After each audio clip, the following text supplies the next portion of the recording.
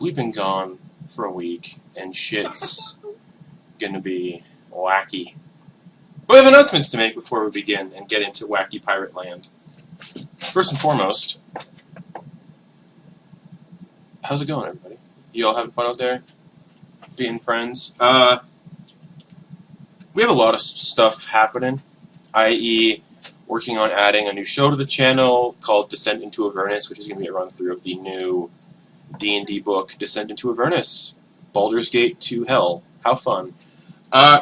Sign-ups are still going on for that. If you want to sign up for that game, head on into Discord, check out the application form and announcements, fill out an application, and if like what you got going, you might come along to hell with us. Don't know when that game's going to start yet, because I haven't gotten a full cast yet, and I kind of need a full cast to start the game. So yeah. Also, that is kind of, it'll be kind of a step going into what I like to call a season of what we got next coming on the channel. I don't know what that'll be, but it'll be different D&D campaigns once some of them end.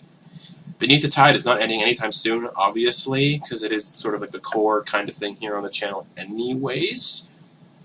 And I don't see Curse of Strahd maybe ending anytime soon. As for Mad Mange, if you just watch that,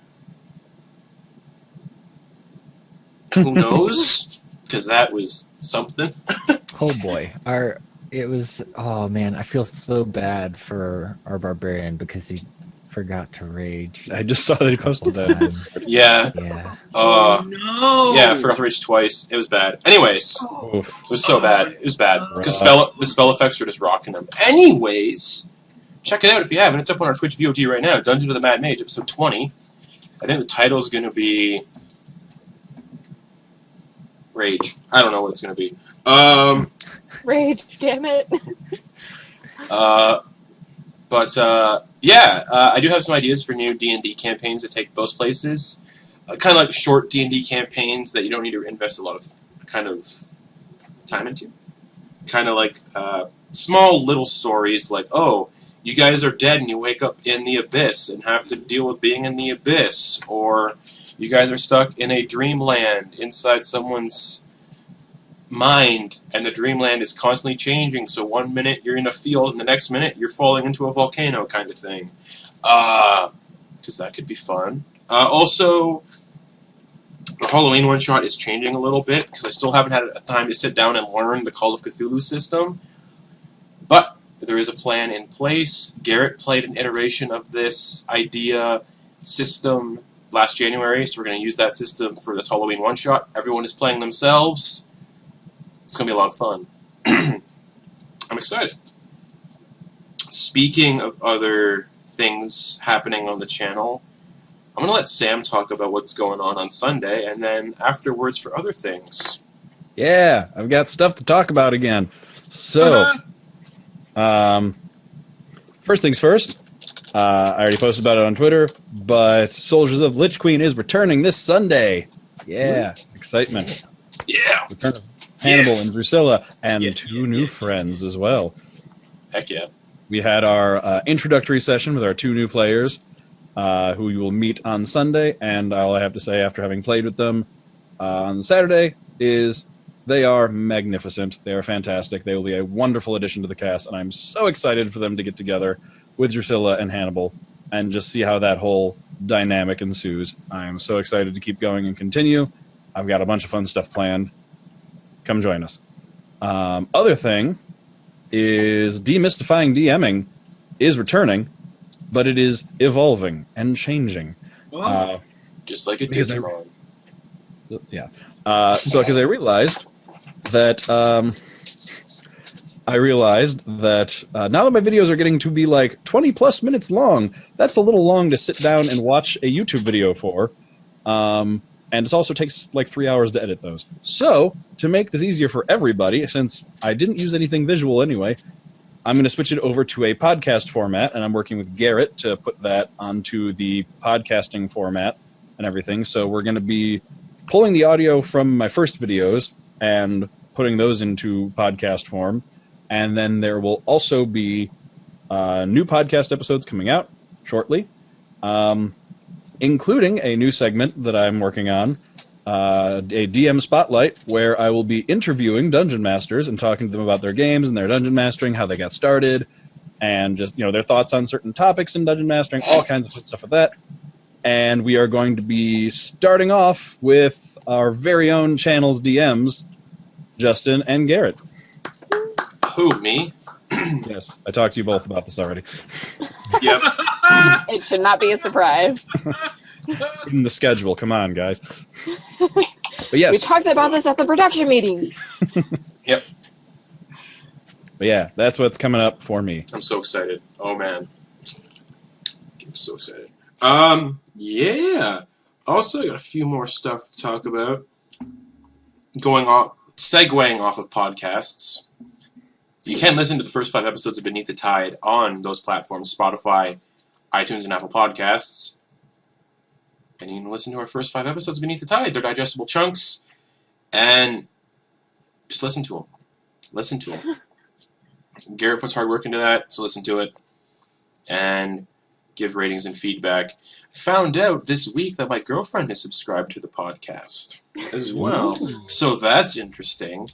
Because she gets to hear my voices that I do now. What else? So that's that about podcast. Again, thank you to everybody who's been signing the rules and guidelines form. Means a lot to me as a human being and as a person, which is the same thing. So thank you. If you don't know what I'm talking about, go into our Discord. The link is actually down below in the stream layout.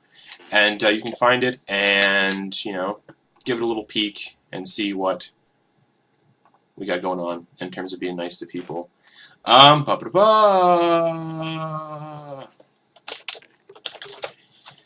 Speaking of a question I just got asked in Discord by Caleb, one of the shows I am prototyping, I thought I'd announce this as well, prototyping for the channel as a whole was it's spinning off of a one-shot we did last year in between campaigns, and that was called the Peacock Court.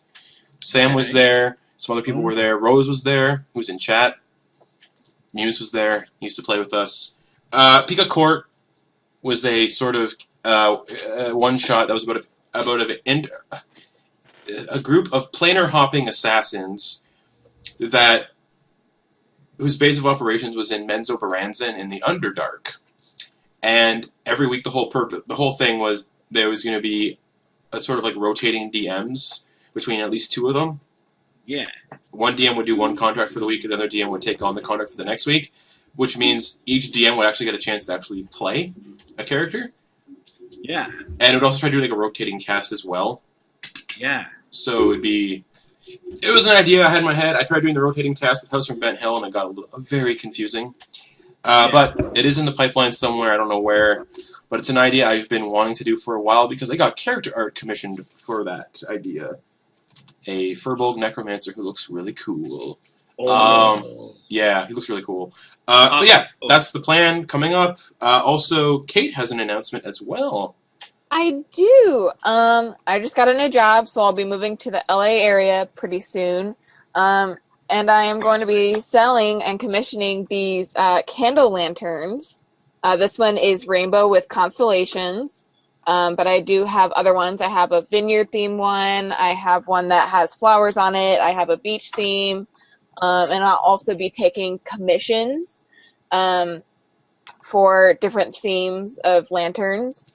They're all fire safe, so you can use them with LED or real candles, and they're going to be $30 a piece with shipping included. And if you want more details, you can just DM me on Twitter or on the Discord. Yeah, and those lanterns are sick. Yeah. Anyways, that was awesome. Do that. Support everybody here because we're all awesome people. Yeah. Yeah. Yeah.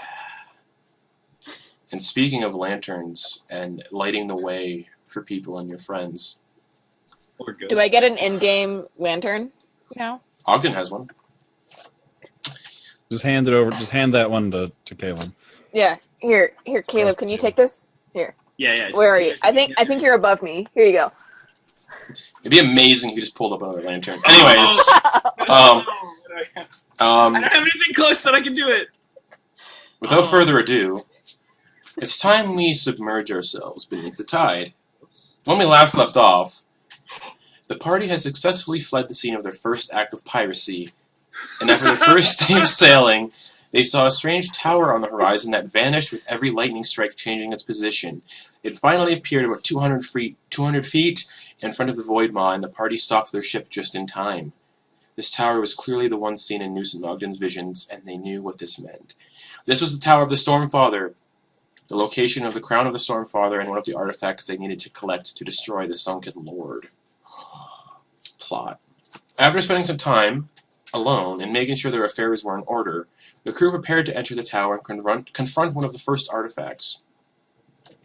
Before stepping into the tower, Ash spoke to Kelwyn, the Dampier crew member they had hired, and they spoke together in depth about should Ash not return, Kelwyn was to get everyone on board and sail away without him. Kelwyn agreed and promised to stay behind and keep an eye out on the ship and the crew, with some of the crew staying behind. After diving 300 feet down to find the secret entrance into the tower, the party immediately began encountering strange oddities in the forms of mutated creatures and physical objects, thanks to a very open rift to the far realm nestled inside the tower. Ignoring this rift, the party continued forward and eventually found a duplicate of the Monstrosities estate buried in this sunken tower, all boarded up and spooky. After entering the estate, Ash noticed portraits of his ancestor all over the place, and a strange dinner scene set up where a cluster of deep scions were taking on the appearance of his family members. After the deep scions were obliterated by the Stormcaller against Ash's command, they swam forwards through the flooded interior of this tower and eventually made their way to another set of glowing runes on the ceiling. Upon touching the runes, Ash was transported to the peak of this tower alone. Sitting on a pedestal around the swirling storm clouds at the peak was the crown of the Stormfather, and Ash felt himself approaching, in which an entity appeared, wearing the crown, and was revealed to be none other than the Stormfather and Ash's ancestor, Vernon Monsoza. The pair discussed at length, with the Stormfather offering Ash the chance to bring back his dead friends and loved ones, namely one Dustin, the friend that Ash had been taking the appearance of, and the friend that perished the day he got struck by lightning, and Gerhard Monsoza was killed and was reborn as Ash. This moved Ash into accepting the offer, and without hesitation, the crown was placed on top of Ash's head. Noose, Ogden, and Eclipse finally teleported at the top of the tower, just in time to see the crown get placed on his head, and the Stormfather's body to wither and turn to dust. Ash turned to his friends, his body rippling with electricity, and his eyes pure black, with veins of lightning arcing through them. A fork of lightning slammed into Ash, and he was gone. And that's where we'll be picking up the session, with you all standing on top of this massive obsidian spire, the storm beginning to cease, but the tower begins to rumble and sway. Where'd he go? I'm going to run up to the spot where he disappeared from, Mm-hmm. and just looking around frantically. Mm-hmm. No. No. Ash. Fuck. No. We can't leave without him, guys. We can't. I forgot I had an accent. Yeah,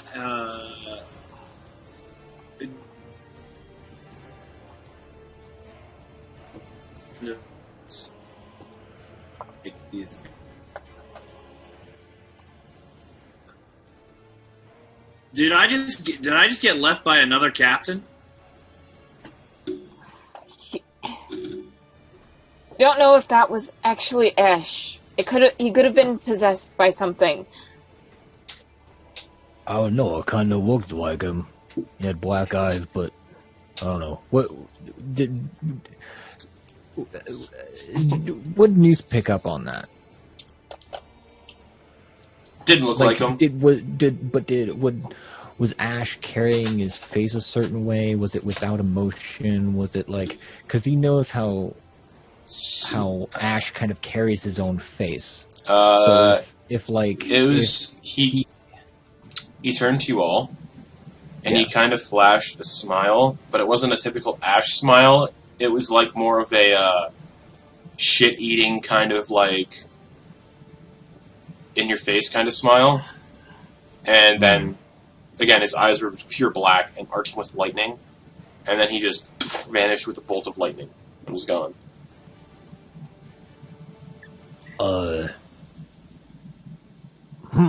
Well, based on what he was acting like, didn't seem like Ash. Did you see him smile? It was all wrong. I think it was the crown's possessing him. Did I tell you guys what I read in the book? Did I tell you what I read in the book? That I found here. I got this book, and it's about the Stormfather. Like it's his relative. He's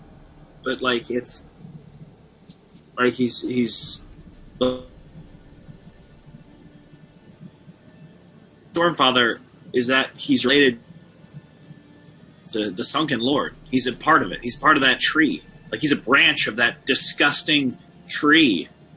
Wait, the Stormfather is a disciple? And related to Ash, Is some sort apparently. of tributary off the... Why? I don't know. The tower rumbles more and sways a little bit more, and you guys feel it starting to just kind of like not fall, but start to sink and descend. We need to get off of this tower, And but so you guys are currently about 1,000 feet up. we need to leave, but we can't leave without Ash. This isn't him doing this. He's being controlled. He has to be. He can't have done this on his own. He wouldn't.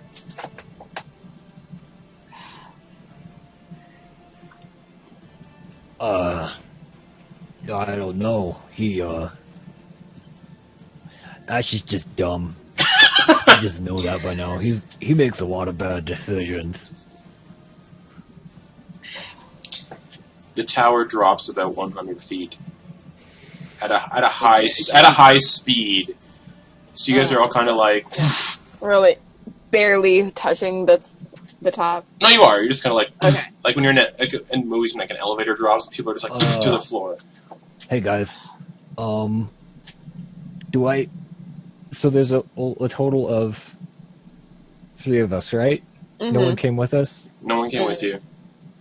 No, I think if I'm not mistaken. So you're about it's the 3 of you, and you're 900 feet up. Don't freak out. And Noose casts polymorph and turns himself into a giant eagle. All right. This, I'll have to admit, it's a little unsettling seeing you taller than me.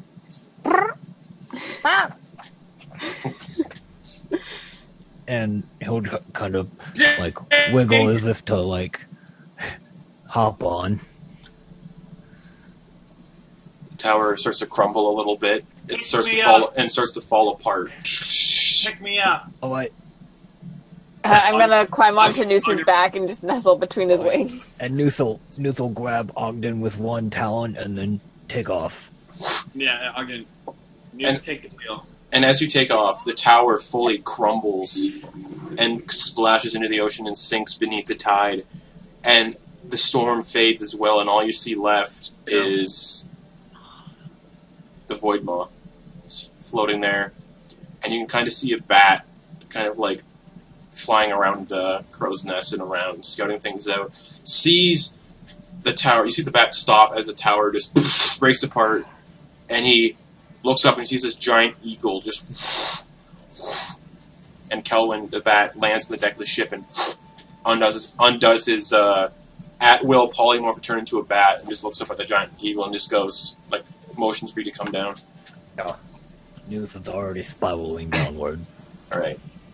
You land a giant eagle on the deck of the ship. Grump is just like, whoa! And he, like, runs to go hide behind some barrels. Noose will just click his beak. Mm-hmm. Put Ogden down very gently. I'm gonna jump off before you land fully, and I'm just gonna go straight to the captain's quarters to see if Ash maybe took any notes about this or had a plan. Sure. I would like to stand on the railing of the ship. Okay. Look at the destruction and just go. It's crumbling. Just A good captain trusts his crew. A good captain doesn't abandon his crew. Yeah. No, he doesn't. Say over my shoulder.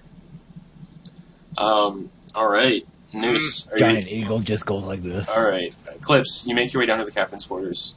Mm-hmm. The door is locked. I'm going to take the hilt of the katana and just slam the handle. Yeah. Sure. Just the lock shatters. Just Yeah. And the door is free to open. I'm gonna go in and start rifling through all of Ash's things. There's a letter on the desk.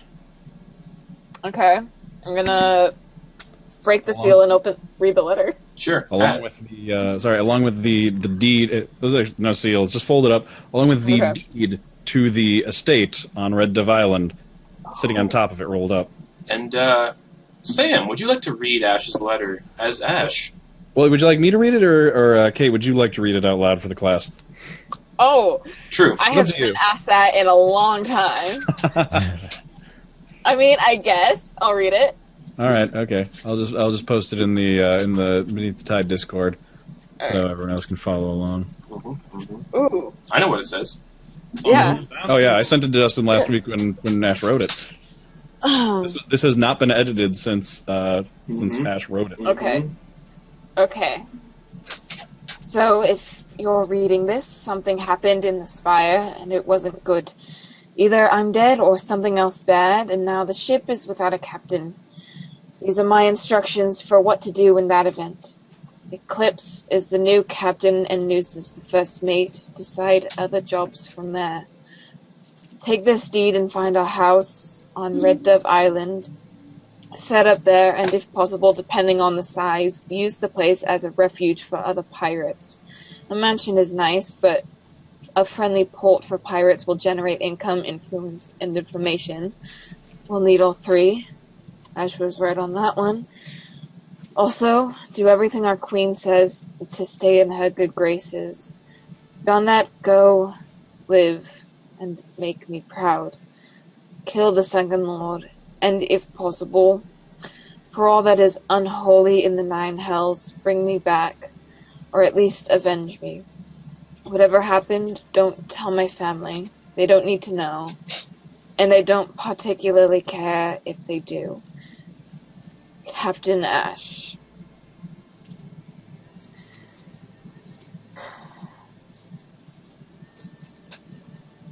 Well, fuck. I'm going to go out and hand the letter to Noose. Sure.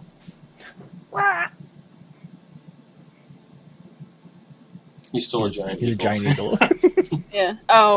Then I'm also going to hand it to Ogden. I'm going to hand it to Ogden first. The fuck is this? It's from Ish. You read it before we left. As you're all doing this, you don't you don't even notice that the ship is already sailing away. No, hold on. Yeah, I have to. I feel like I would notice it's flapping in the wind. Hey, we're moving. Who's the captain now? What's Eclipse? Captain Eclipse. This is not good. This is. I've been used again. I've been left again. Hey Noose. Have you? What's your deal? Have you prepared Zone of Truth today?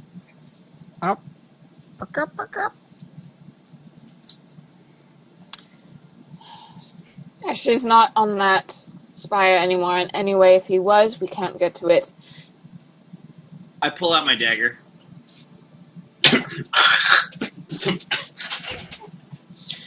No. I pull out my dagger. What are you planning on doing with that, Ogden? And I cut my hand. This is blood. I bleed it. I bleed a lot of it, and I bled a lot of it for this crew. There's a lot I've done for this crew, and there's a lot you've done for me. We don't really know what we want. What I thought we wanted was to all work towards a common goal. What I thought we wanted was to work together to get riches, to get alive, to be alive, and to stop the end of the world. But we had a captain who didn't want that. And from his letter, it looks like he gave up before we even went in there.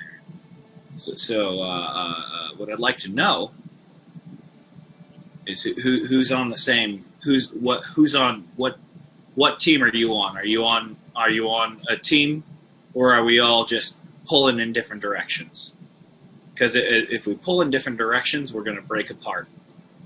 But if we're pulling in the same direction, we'll be together. Grump, Gunner, Lom, Should probably learn the names of the crew now. approach. So a little halfling, a little goblin, and this massive ogre, or orc, half-orc ogre, walks over. And they all just, one by one, slit open their palms.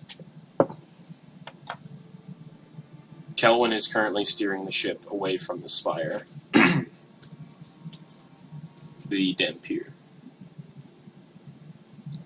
I still have the dagger in my hand, and I throw it into the ship in front of me. Okay. I'm gonna pull out my own dagger and also cut my palm. We're all gonna get AIDS, guys. No. We're all gonna get HIV. I mean, if that exists in Dalnasia, I think we'd be worried about it more, but I don't know. Do we know? They didn't worry when it was. They didn't worry when it was called the West Indies. Good lord. Anyways, what are you trying to do, News? As an eagle, he will strike his talon across his other talon. His foot.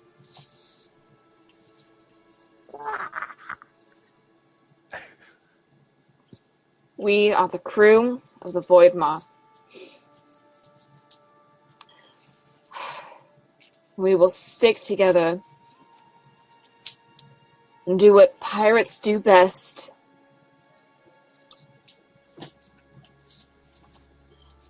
And we will either do that or die trying.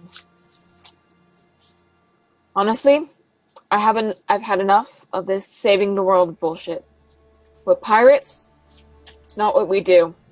We pillage, we plunder, we take what we claim. And that's what we're going to do.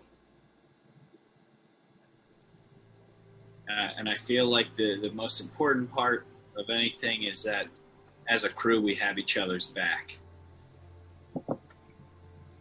And I'm willing to say right now, I have anybody's back here.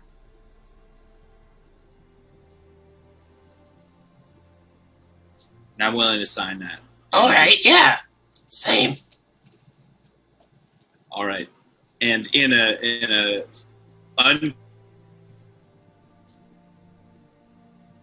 left hand or right hand, we can grab hands.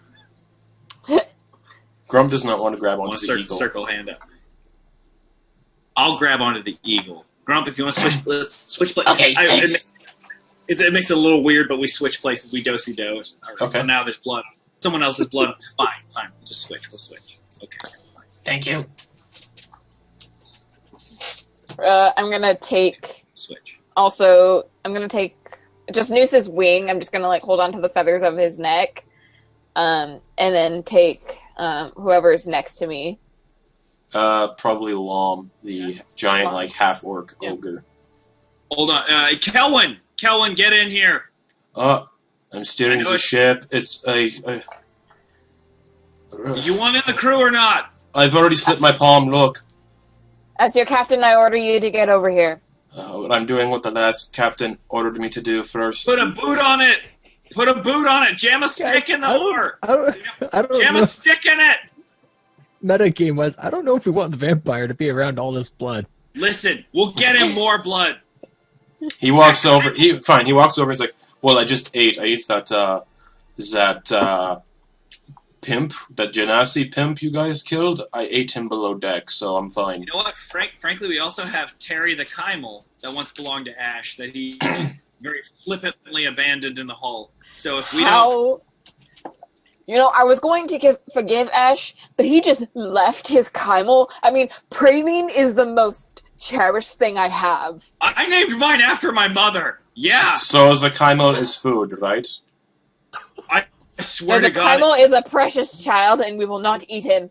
No, the Kymel named Terry that Ash abandoned. Oh. We're out at sea, and you're very hungry. If we get more, good. That is very true. Oh, I'm spitting mad. So, before we begin this adventure or whatever this thing is, there is an island nearby. I recommend we stop by and supply up and get off the sea for a bit. It might be well worth our interest to stop there. To where again? It's about 2 days from here. It's called Coal Shell Cove. Is a resupply? It's resupply.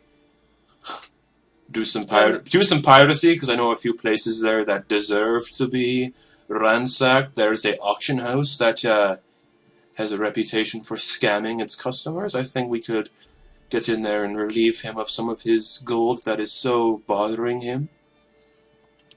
And we also need someone to replace Ash. Yes, it might be a good place to get some crew members there as well. May I please make a suggestion about crew? Sure. Eagle Noose. Great. One squawk for yes, two squawks for no. I say we Zone of Truth vet every single crew member who steps onto who we bring into the open smile of the Void Maw. Captain Eclipse, obviously, with your permission. Yes. I do have a few questions for each possible crew member before they are hired.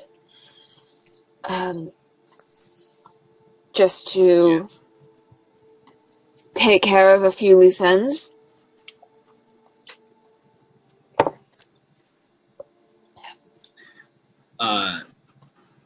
Eclipse? Yeah. I'm not a brave man. I'm not an adventure seeker. I love treasure and I love history. I'm easily duped. I'm coming to realize, and I'm coming to grips with it. I'm real gullible, I guess. And this has been the straw that broke the Kymel's back for me. This is the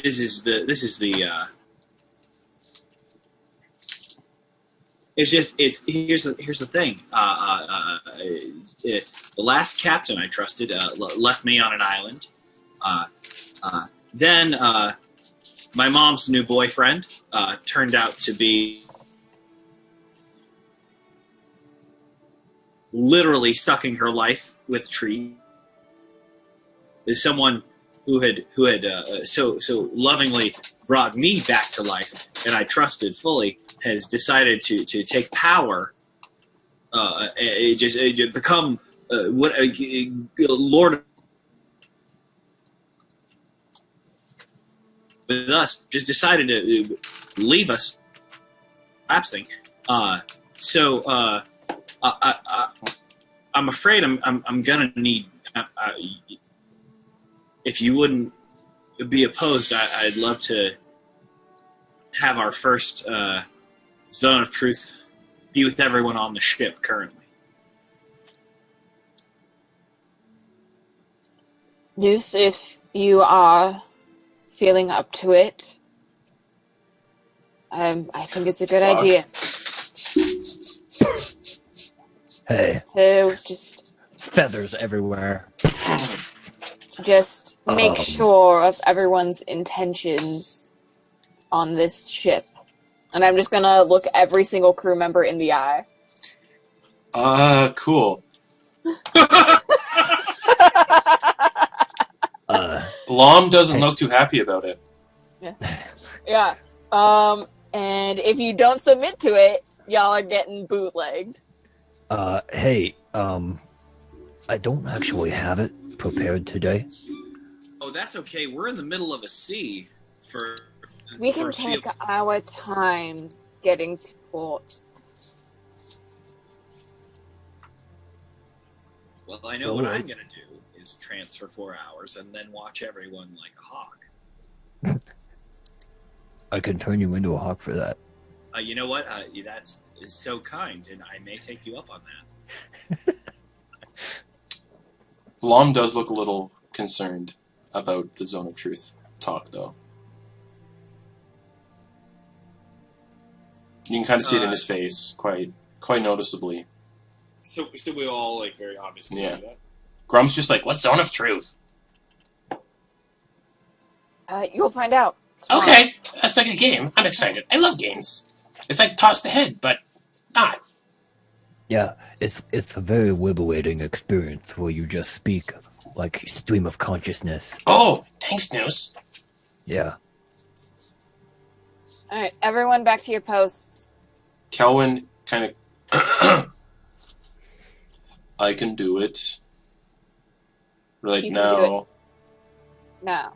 Yes.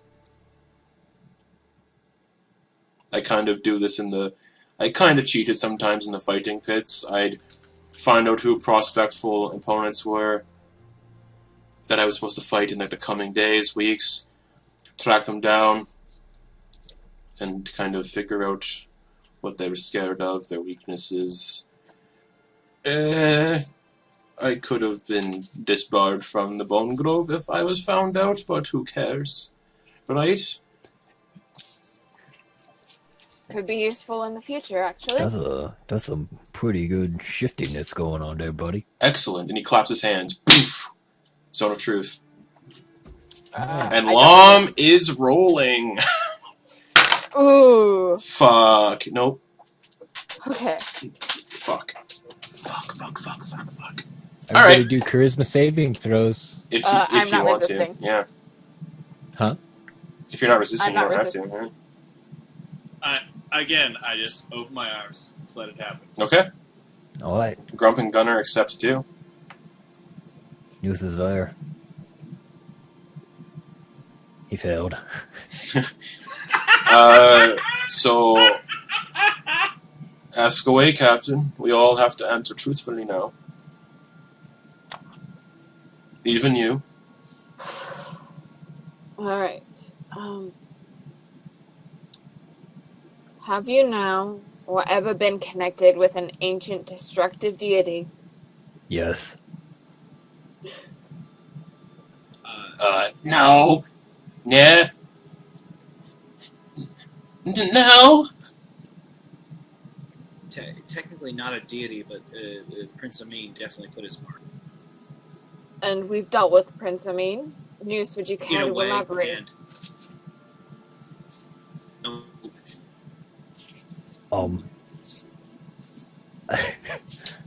Well, there was, a Pipshin deity, good guy to all, and all who follow him. Also, Descendral, don't know if you remember, there was a kind of flash book that, almost got me, but Ash saved me. Yes, I do remember. I suppose I might owe him one. As far as my answer, it's no. Second question. Does anyone have or ever had thoughts of overthrowing the captain and raising a mutiny? Lom speaks up too. But Lom's voice is yes. I'm immediately going to sheathe my I want to kill Ogden Boon for raiding my ancestor's tomb. It's why I joined the crew. Hey, here's the thing, Pally, I haven't done that yet. I want to. Oh, shit. Oh, yeah. It's literally all I want to do. I'm gonna point my pistol at Ogden. Yeah, okay, all right. Hey, here we go. We're in the truth circle, because frankly, all I wanted to do was also overthrow the old captain. This was a great idea. Wait, you didn't raid my ancestor's tomb? Just so that we can save my mom. I just want to save my mom. You didn't raid my grandfather's tomb? Not yet. If I remember right, he told me the story of Cormagal, and he was looking for the tomb or the shipwreck. I can't let you do it. That's the only way I can gain my father's respect. I don't give a fuck. I'll snap your spine. Arrest the two of these men. Try and stop me, I'll kill you. I can't, that's all I need is... Who's arresting who here? Who's arresting Lom? The dude's huge. Okay, I'm gonna spark my hand. Lom's just like, fuck it, I don't care anymore.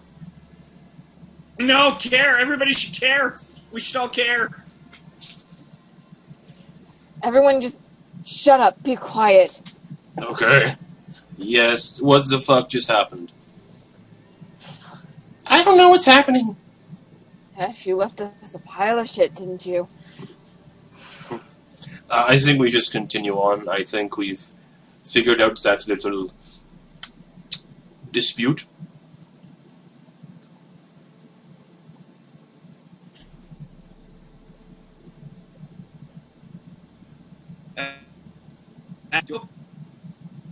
Am I going to get killed for something I haven't done yet? Ogden, you are not to leave the upper deck until we make port. Is that understood?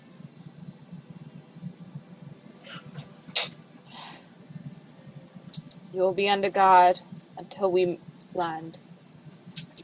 Is that understood? Me? Yes, you. Two. Same goes for you, Lom. Yeah, that's fine. You will be at the bottom. Yep. Alright. I start casting Lemon's tiny hut. Ogden, What? no one will harm you as long as you don't do... I will shoot you, Ogden, if you don't stop. Wait, What? why? Why? He can't go anywhere. It's just leather beanbags and nice smelling It's atmosphere. defensive. I think it's because you both openly expressed mutiny. Hey, I said Captain Ash because I just want to save my mom. I didn't say shit about Captain Eclipse, and I just wanted to save my mom. Mine's not about killing anybody. I just want to save my mom. And we will get there. I believe you. Well, you have to. It's a zone of truth. That's why I'm saying I believe you.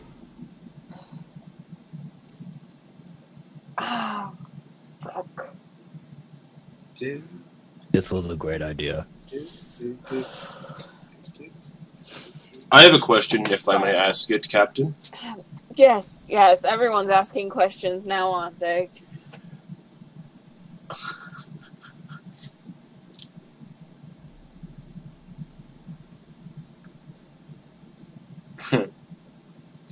Does anyone possibly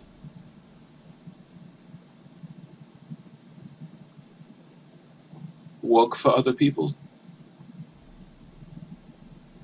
I'm freelance, baby. I used to work for a family,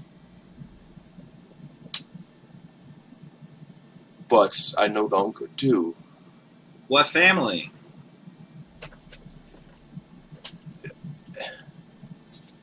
They were called the Bellwinds, but I left their services.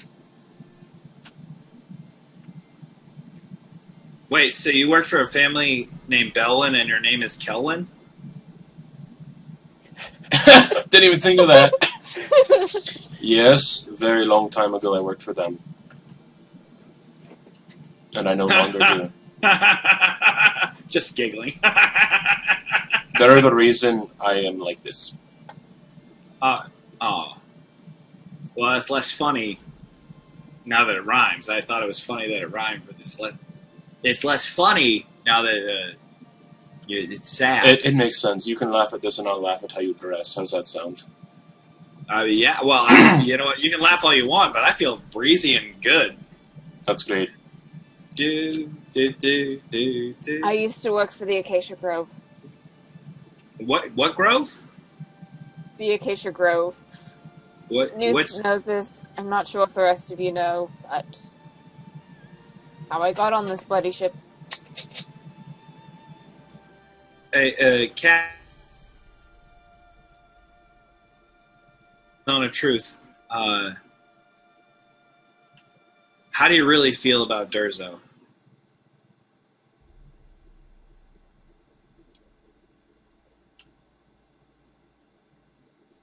Honestly,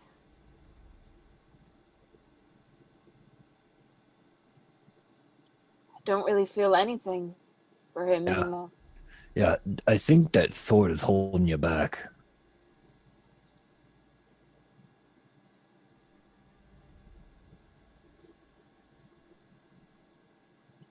I mostly feel I just owe it to him. Like I'm indebted.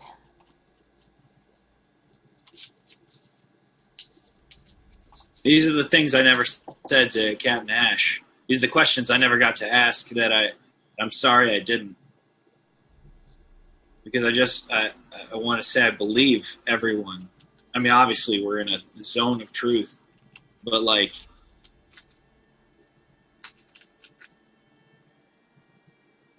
I sincerely want to say I believe in people of blood together. We've fought together. We've shared together. And I want to take this time to say I didn't tell you guys enough. I learned so much stuff I didn't tell you.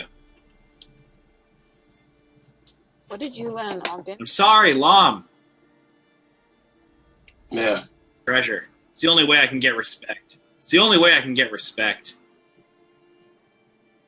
And I do want to get my mom back.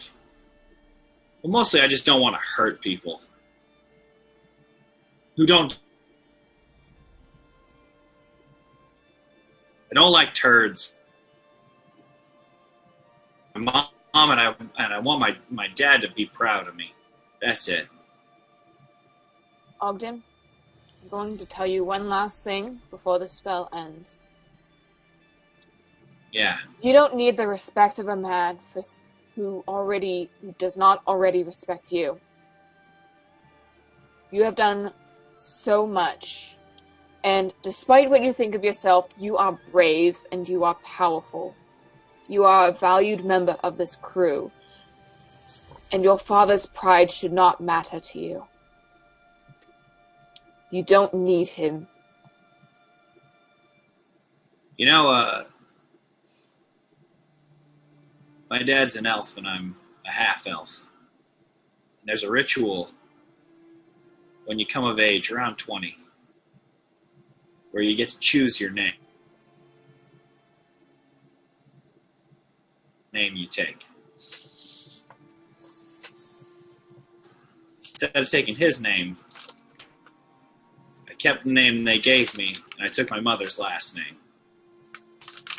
So I thought, fuck them.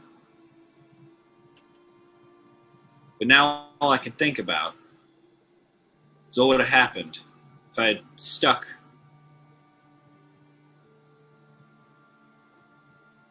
Could I have actually accomplished this? But every time I can't stop thinking about it. And I know I shouldn't care. I know that. I know that in my brain. I'm not a dum-dum. I get it. But I can't fill that hole. I gotta keep trying.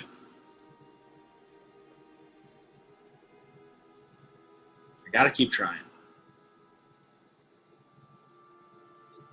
Just don't let it consume you. Like it almost did tonight. Everyone back to the posts. We make for the cove. And Zone of Truth ends. And Kelwyn just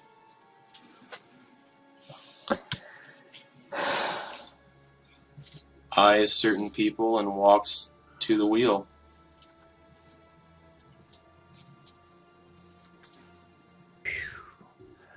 I'm gonna go back to the captain's quarters and Sure. leave the door open if anyone wants to have a private conversation, like a good boss. Mm-hmm.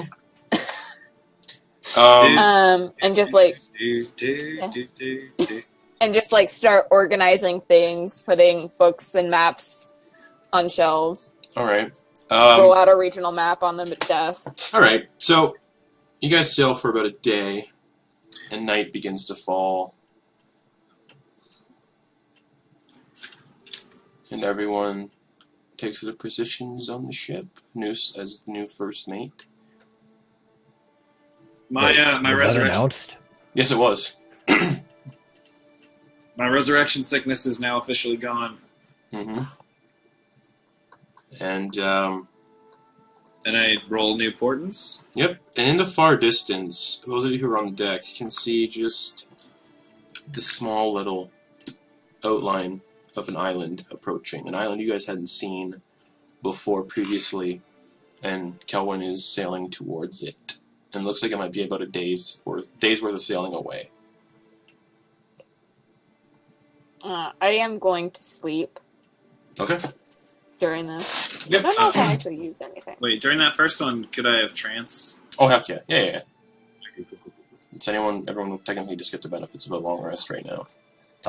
Before that happens, So my zone of truth. So I cast Leoman's tiny hut. Sorry, just the only person I want to let in is Noose. Okay. Like, if he wants to. That's the only person who could get. Alright. Yeah, Noose, what were you going to say, buddy? Sorry. before that happens, Noose is gonna check in with Maywin. Sure. Excellent. He's gonna do a sending thing. Alright. Say, hey, Maywin, lost the captain. Openings on your ship? Response. That's unfortunate. No openings. But if you want to talk in person, I am on Coal Shell Cove.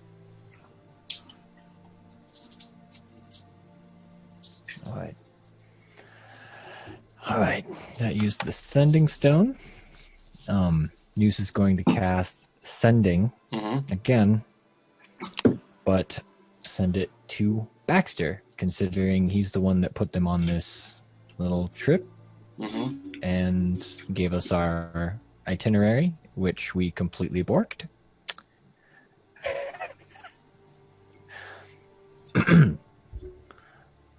Hey, Baxter.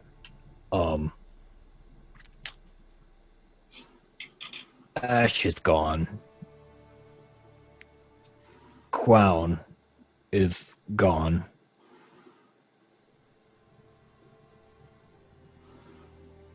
Bad news. They are gone together.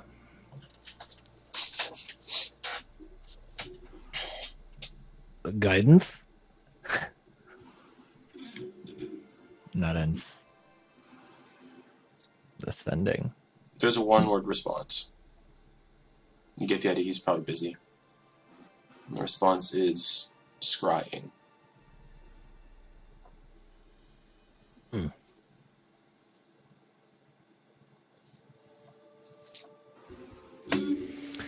Yeah, squeaky spells. Alright.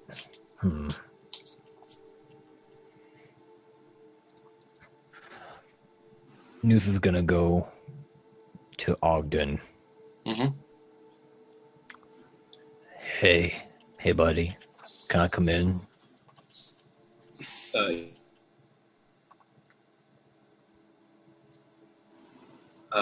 No.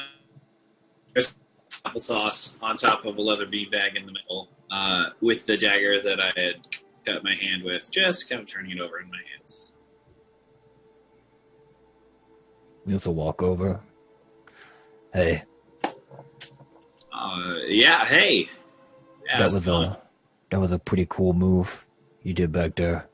And when you says cool, he casts healing word on his hand, on Ogden's hand. Yeah, thanks.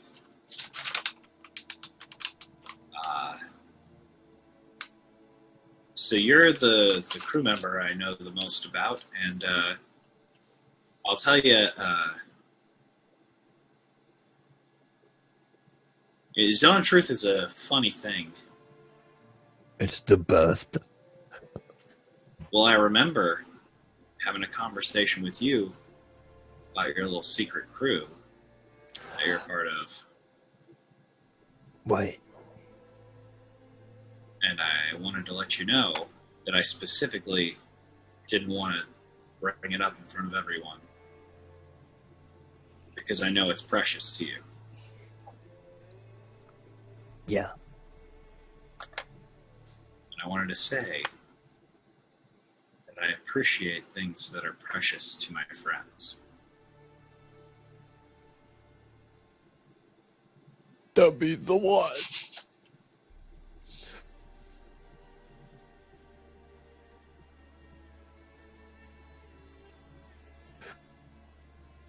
Thank you. That what we can do is I think we can support Eclipse, and I think we can become a stronger crew. I didn't realize Lom was trying to kill me, so if you could help me not die, I'd really appreciate it. I will turn him into a bug. No, I don't want to. I think I don't want to kill him. I don't. No, he would just be a bug. From outward appearances, maybe we'll just and respectfully ask him to leave. Maybe I'll talk to Eclipse about it, but perhaps because he's accusing me of things I haven't done yet, and I haven't done them yet, and I don't want to get killed for future crimes. You know what I mean? Yes. If that was the case, well, we're all dead then, because we're all gonna. No one's perfect. Yeah, crimes. Yeah. How are you feeling, Noose? You're shifting a lot. I have a lot to think about. I'm turning over a lot of ideas in my head, but most of them are what I would make with ashes materials.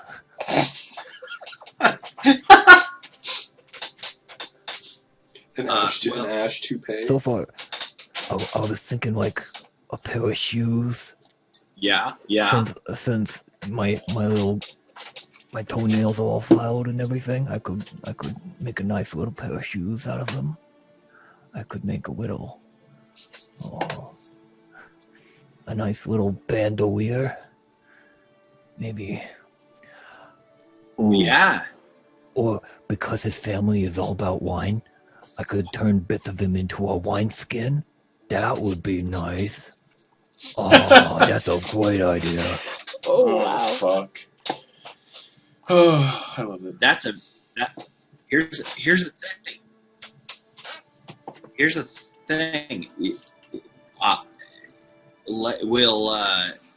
We'll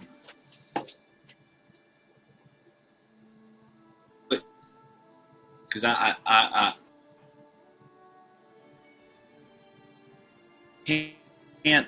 can't lose any more friends or any more crew. I won't do it.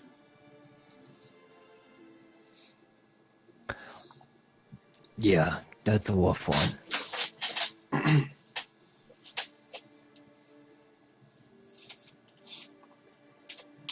Yeah, it's literally the opposite of the reason that I got into the adventure game. Yeah, I'm just kind of going where Pipkin leads me, and I imagine it'll all make sense the further I go. It hasn't really come together yet, but I think it might. I've been meaning to ask you about that. Yeah.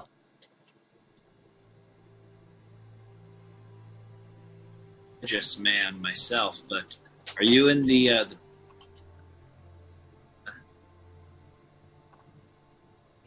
In the what? are you trying to recruit people into the religion of Pipshin? Is there a religion, or is there any? Yeah. Pipkin takes a lot of people under his fold.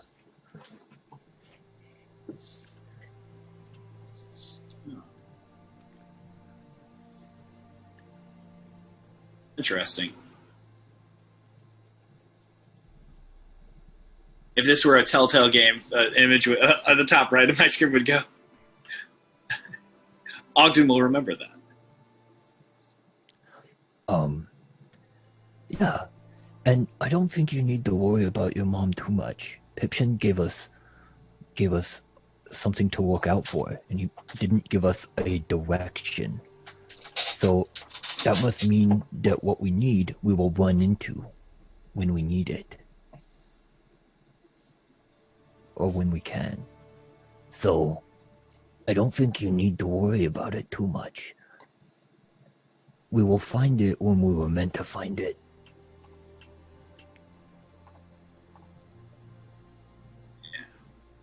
And you find comfort in that. You find you that gives you comfort. That gives you stillness. No.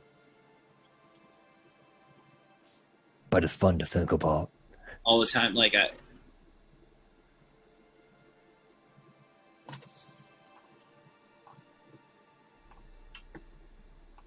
What's up? No, I mean, a reason people join a faith is because it brings them stillness and calm, and the way you were describing Pipshin seemed like it was something that keeps you steady, but still it seems he like just brought me back to life one time, and he taught me a lot of other cool stuff. And he's mostly just my friend. Just isn't a very good word to use, with that he is my friend. And he's always been very good to me. great. So I do what I can, and because he is a sort of deity, the thing that helps him the most is when I worship and kind of do little pranks and stuff. Sometimes they don't always work, and it turns out real bad, but then sometimes it turns out real good. I see. I see.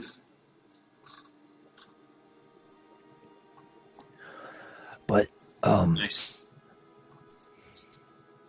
if you're gonna bunk here Yeah, tonight, yeah. I need to talk to Eclipse. Yeah, this is. I've been ordered to stay on the deck, so I may just, set up my pop tent again and sleep on the deck here. Okay. Just stay comfy, all right? Yeah, I think you'll be fine. Yeah, I think I'll be fine. I literally, you're the person I trust the most on this ship, but I may have a talk with Captain Eclipse myself.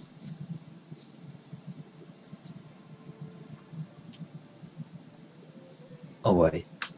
Here. Maybe this will help as well. All right. Here you go.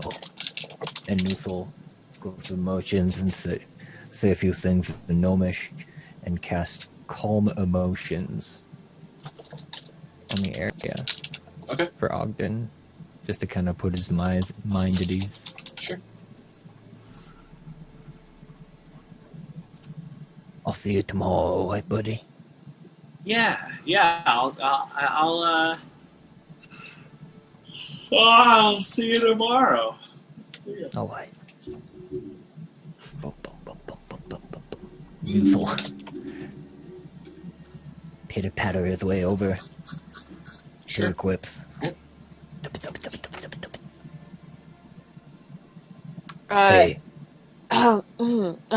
Yes, Noose, come in. You left the door open. Yes, I did, didn't I? Did you want to talk about something? What's going on? Well, I was an eagle when you pulled out that letter. Well, I didn't get a chance to read it. I'm the captain now, and you're the first mate. Wait. Yes.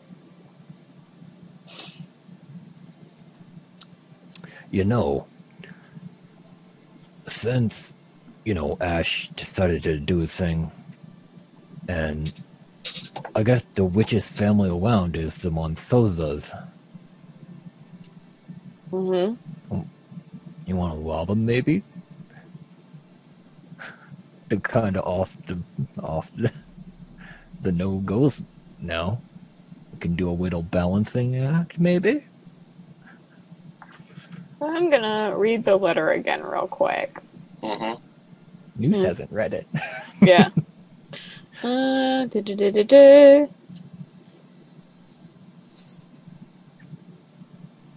Just to be sure, Red Dove is not where the Monsoza house is. That's another island, right? That's cool. That's Dawnbreak Great. Cove.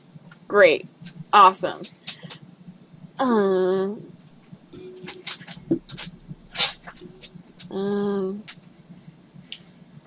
Well, he didn't say anything about not killing his family, but also they did help us while we were on Dawnbreak Cove. Yeah, but, Peter worshipped the Stormfather. That's a bad sign. Yeah. He was even a cleric for the Stormfather. I don't know what that's gonna do. And his other brother did try to kill you. And me. Yeah, but we don't need to worry about him. I'm just saying that they have not been the best people. His mom was really nice. His dad's kind of an asshole, though. His sister's okay. Kind of liked her. Anyway, that doesn't mean they can't survive being robbed. We can totally just take some of their stuff. I do like their wine. Right? Alright. Anyway, I tried calling Baxter, but he didn't respond. Is there anybody else that you want to get a hold of? I have a couple things of sending. We could try and contact Woman, or Yeah, just check to see if he and Mordecai are alright, or if they're even alive. alright. So before I send it, just say, "Hey, what's up? You guys alive?" Yeah, if you could name names, it might be helpful. Yeah, alright. If you have enough words, I mean. If not, So- then if you only have 140 characters, then it's fine. News is gonna go ahead and cast sending again. On who? Mordecai or Roman? Roman. Okay. Hey, Woman. Had a vision. Are you alright? Is Mordecai with you? There's a silence for a good couple of minutes. And there's a response. I'm alright.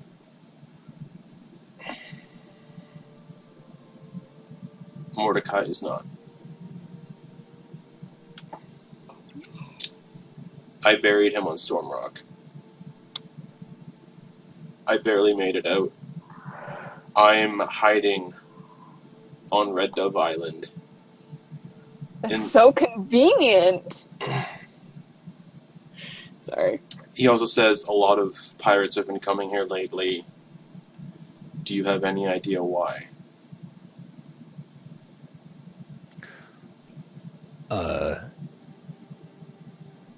News will relay the information to Eclipse. Looks like Mordecai's dead.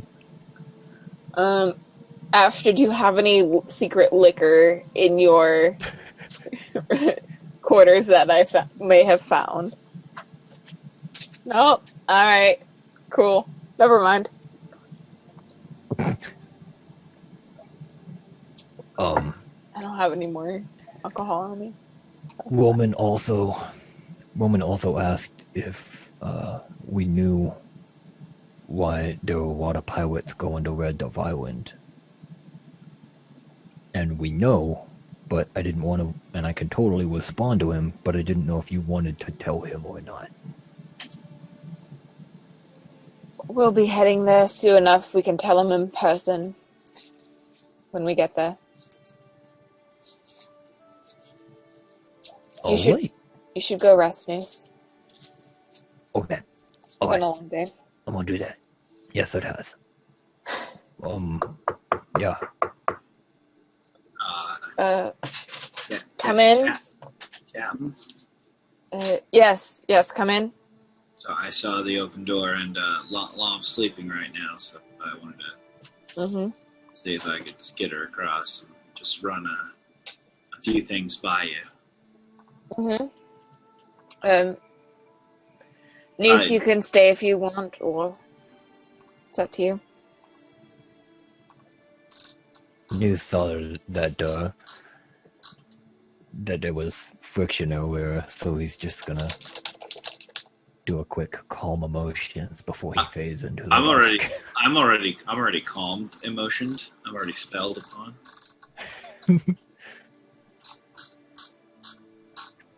Oh wait. Don't kill each other. And News walks away. I take my sword out and then just put it on the windowsill. Is there a little bench with cushions on a back window at all? Yes. All right, yeah, I'm gonna just take off my baldric with the katana and just set that on the window, just as a show of good faith. Well, I want to cast Encode Thoughts and pull out the ribbon of my thoughts and show that there's not a malicious thought towards Eclipse at all in that ribbon. So you can see all the images in my mind that are currently swirling.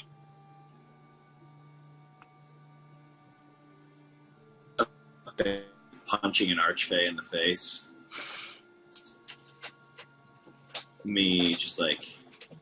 doing other things, like just being good in a moment, or like just being pissed off and having like a lot of swirling things. There's not a single animosity towards you.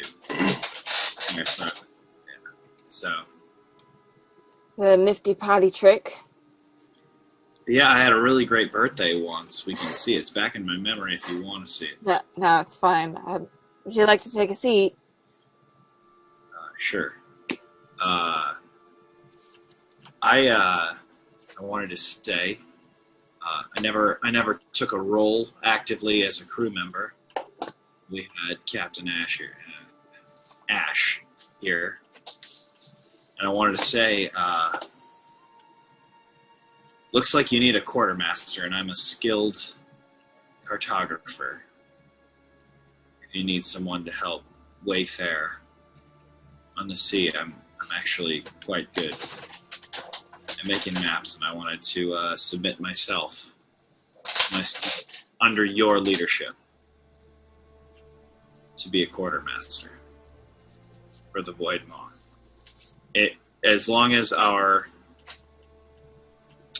goals and journey align, I'd like to help the ship as best I can.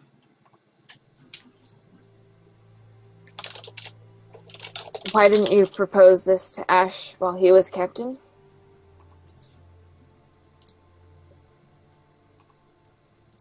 Just out of curiosity that I ask. I mean, frankly, I didn't think I'd be with you that long. I'll be honest, I frankly thought, didn't expect to stay past getting home. I thought maybe I'd hitch a ride and that'd be the end of it. But well, I've grown quite accustomed to your faces. Well, then, let me be the first to officially welcome you to the crew of the Void Moth.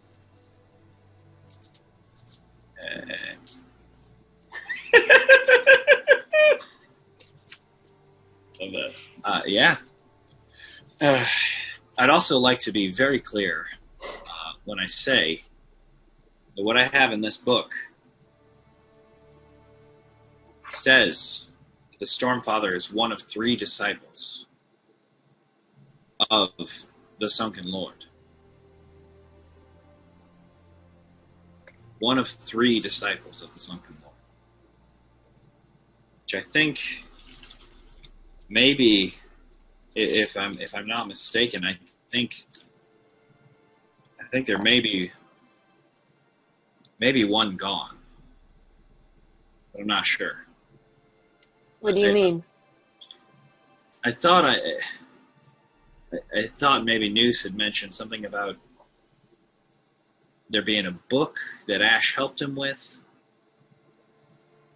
I don't know. It's a little. We've had a day.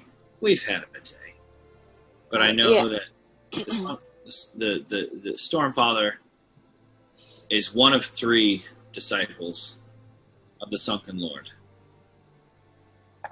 So, if our goal is to kill the Sunken Lord, like that letter said, then I think we have to work our way up a food chain. So before we can kill the Sunken Lord, I think we'd have to have at least a conversation with Ash. It's going to be pretty difficult after today. Oh, and you're not just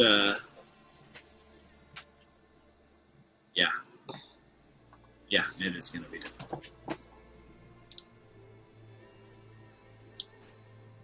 Well, Captain, do you need me to chart anything for you, or is there anything I can do?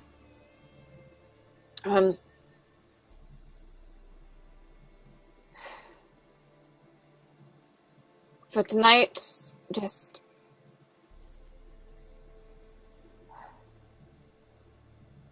relax. Do what you need to do. It's going to be a lot of travel tomorrow. Well, I'm gonna recast my hut, Yeah. and I'm gonna let you know that only 2 members of our crew can get in, and that's you and Noose. Thank you. Thank you, Captain. And Ogden? Yeah. I apologize for what happened earlier. It was just a lot for me to process, and I just took it out on everyone else. You know, the truth is a dirty business. Good night, Ogden. Good night, Captain. And as you guys depart, we'll say for the sake of time and everything, another day passes, and you guys start approaching the docks of Coal Shell Cove. And as you're approaching, Kelwin yells out, "We're almost there. I'll land the ship, and then I guess we do what we gotta do." And as you all kind of make your way up to the top of the deck to see the ship coming into port, everybody recognizes a ship also docked in port as the Kobold's Cradle, the ship of Malon Grassbladel. And you see Malon on the ship, wearing his new pirate organization leader outfit, a very feathery kind of big hat, too big for his head, that's black, with a huge red like feather sticking out of it. And he's dressed very much like an overly ostentatious kind of pirate captain. Eddie, and this little black-skinned kobold, is just on his deck, and he sees you guys pulling in. He recognizes the Voidmont easily, and he steps down the gangplank and walks down the docks towards you guys' ship and waits for you guys to dock and lower your gangplank and get off. Can I retcon something? Sure, depends what it is. That's right. That's totally fair. Very fair, because it's a big ask. The Amulet of Storing. Yes. I have to word a spell in that? Yes. Okay. Probably second verse, same as the first, greater invisibility. Sure. Yeah, of course. That's cool? Yep. Great. Thank you. And just a reminder about all these artifacts you guys need, just in case you guys might have forgotten. You guys do have one of them on your person, and it is that amulet that Ogden found. Yes, I have it.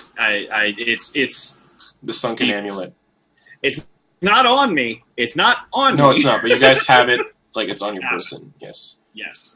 I just want to be clear because I have on my board amulet. Yeah, that is. Falls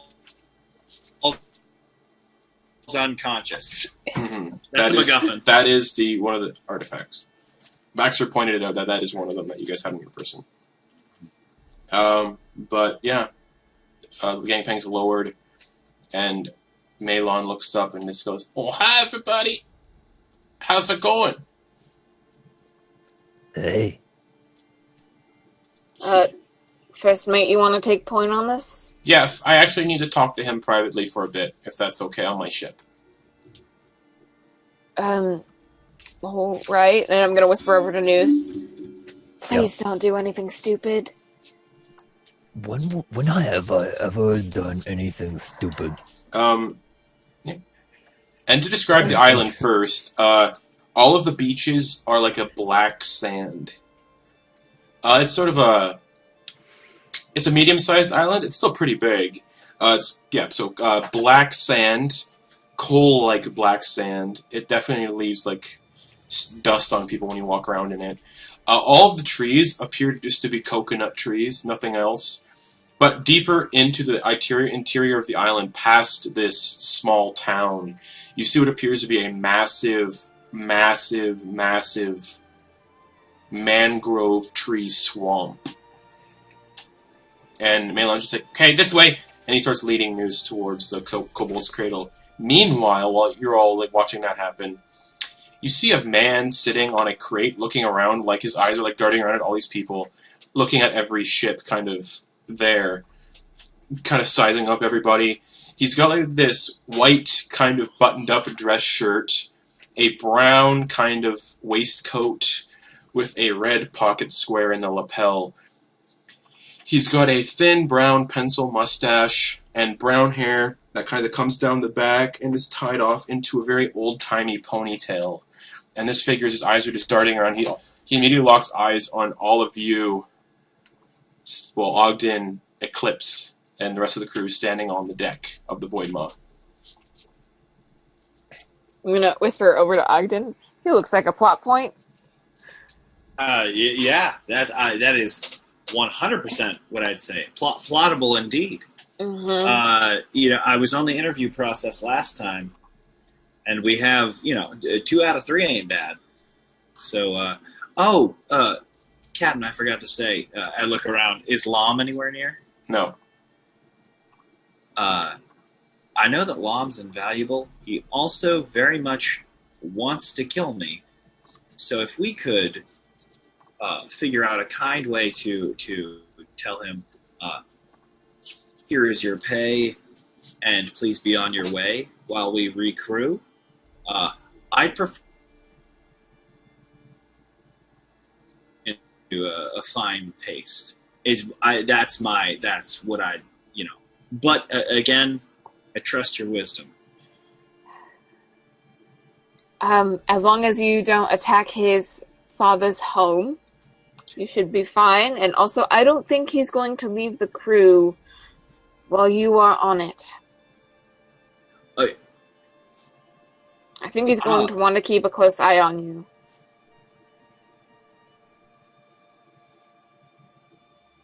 I'm sorry, Ogden.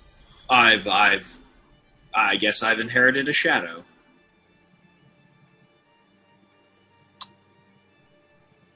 Right. Well, let's go talk to this. Yeah, plot point. Yeah. I interviewed crew before, so I've got experience. But I'll follow your lead. Let it. All right. I'm going to walk over to the man we've nicknamed Plot Point. Great.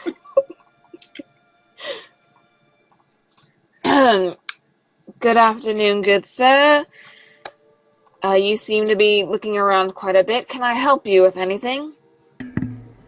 Oh, hello. Magnificent. Are you a captain?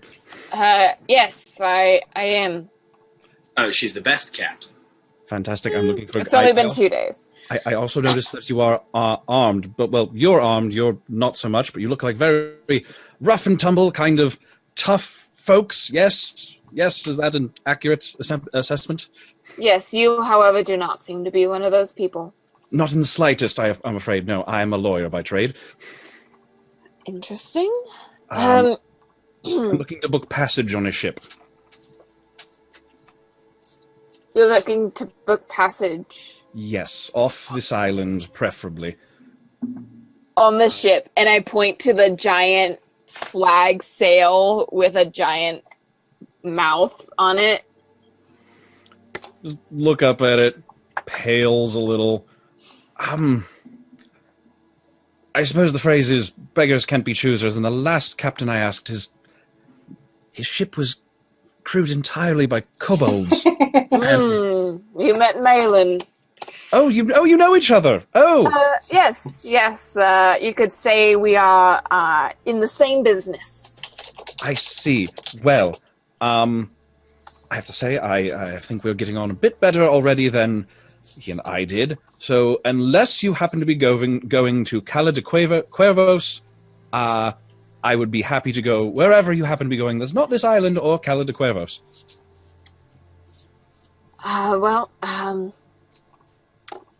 Lucky for you, neither of these places will be going back on our list of places to visit. Fantastic. All right. So I have on my person, would 500 gold pieces be enough to book passage? How much is that in gems?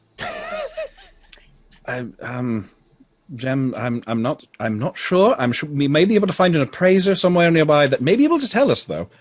I can do it. All right. Then how much is that in gems? Give me a second. I have to figure it out. All right. Plot point. We have I'm sorry? plot point. That's what my crew have nicknamed you. Oh, I have a nickname already. That's interesting. All right. It won't last long. I've never had a judging nickname by before. your stature.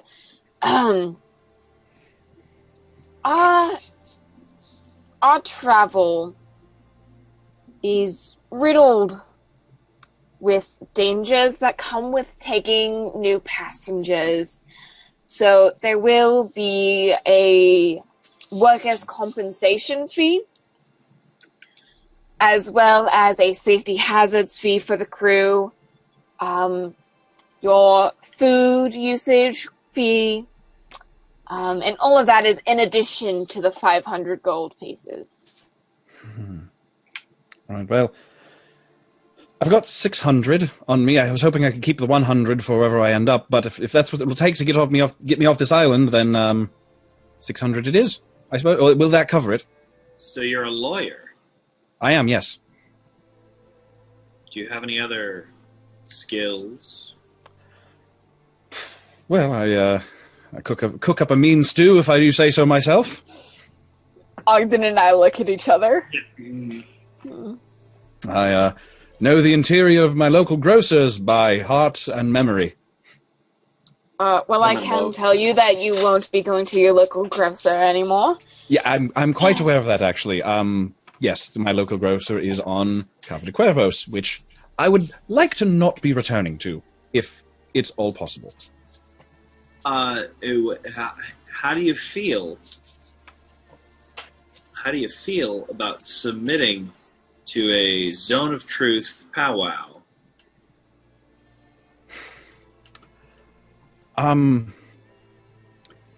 Is 600 gold not enough to establish a no questions asked sort of passenger ship? We've had a bit of... How should I say this? We've had a shift in personnel recently as a result of untruthfulness on board. And we just want to keep it from happening. It's a bit of a precaution. Captain, I've just gotten a epiphany. Yes. Great. So 600 without submission to a Zone of Truth it gets you what that'll get you on the Void, our ship. Oh, it'll get you off this island. It'll get you on the ship, but it'll get you. You'll be sleeping in a hammock with a half-orc, half-giant who's ready to punch people. Who's just very, very ready, very angry, very in touch with his anger. I don't think you're selling it too well. No, I'm not. That's the point. Because 600 with a submission of Zone of Truth. Oh, baby, that'll get you your own bed, your own comfortable bed, your own plenty of distance from an angry, tall, and full access to our kitchen. The run of the place. And frankly, I'll share some Silgarian spices with you. Silgarian. Okay. Perhaps might I offer a slight compromise between there? I am a bit of I have a bit of experience in arbitrating these sorts of things. Perhaps would it be amenable to you if you would to submit the questions that you would be asking while I'm under this influence to me beforehand, so I might know what you'll be asking ahead of time, and then after that, and I have had a chance to look at the questions. Then we could submit to the Zone of Truth. That way I can consider the list and make approvals and any concessions necessary for my own privacy. Kelwin pipes up a little bit. I don't mean to say this, Captain and crew, but I don't think intimidating potential crew members is the best way to get more crew members. If we're to engage in piracy against other pirates, we're going to get killed because there's, what, six of us? Kelwin. Just throwing that out there. My dear Kelwin. He polymorphs into a bat. Oh, good heavens. Oh, that's something you don't see every day. Wow. No, we have a very vibrant crew on the Void Maw. Wow. However, the point on the Zone of Truth questions is non-negotiable. Once you have submitted to the Zone of Truth, it will be enacted immediately. Right, but I was asking if you're going to be asking the questions anyway, and if I'm incapable of lying about them, just if you could if I could know ahead of time what questions will be asked of me, so that way I can decide whether or not it's a worthy investment of my time.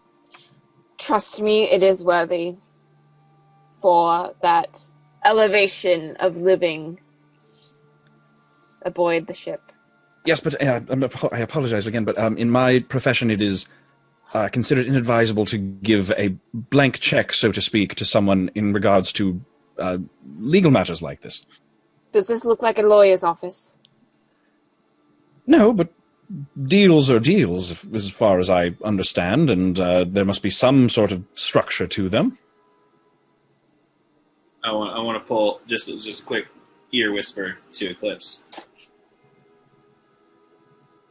I'm just making it look like we're talking about a deal. Whatever you say next, I'll back you up. But I want him to think we're making some kind of negotiation, so I got your back. Say whatever you're going to say. I'm going to lean back to Ogden. I want your honest input on this. Do we tell him that we're pirates?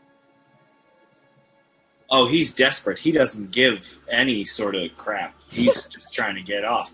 So we kind of have a little bit of an edge there. I say give him the questions, and then once he's in the Zone of Truth, we can do whatever we want. I mean, he'll be on our ship in a Zone of Truth.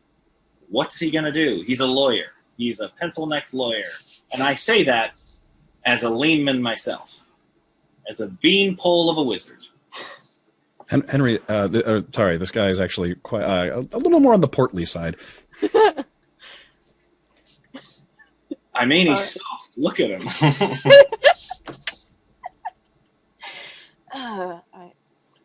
Well, Mr. Sorry, I never properly introduced myself. So sorry about that. My name is Henry Lofferton, Esquire, of course. Ogden Boon. Man of leisure, seeker of treasure. Oh, very, very nice to meet you, Mr. Boon. Lofferton? Yes. Lofferton, okay. With an L, yes. That's just for my notes. Captain Eclipse. Very nice to meet you. Very, very, very lovely to meet you. Yes. After a brief discussion with my quartermaster, I have decided that you will be given a list of questions, which will, should you decide to join us on your journeys, will take place aboard the ship after we have left, while we are still in port. All right, I suppose that seems fair. Yes. All right.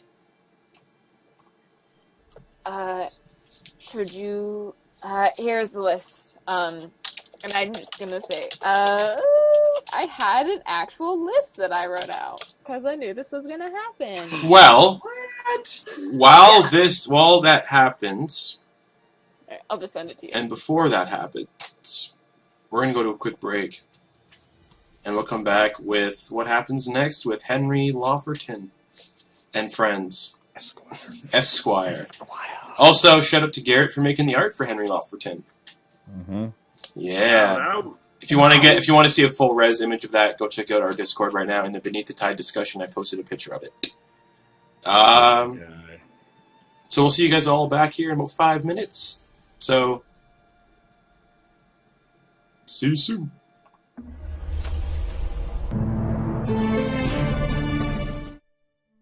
Were we? Welcome back, everybody. Oh, no. We're back now. Oh, I'm just looking over. Hi, everybody. And welcome back with Henry Lofferton, Esquire.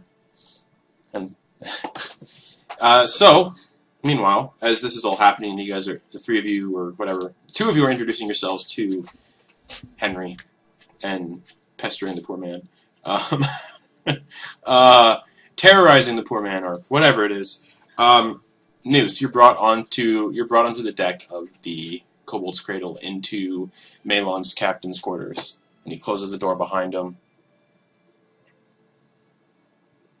and says, "Do you know what's on this island?"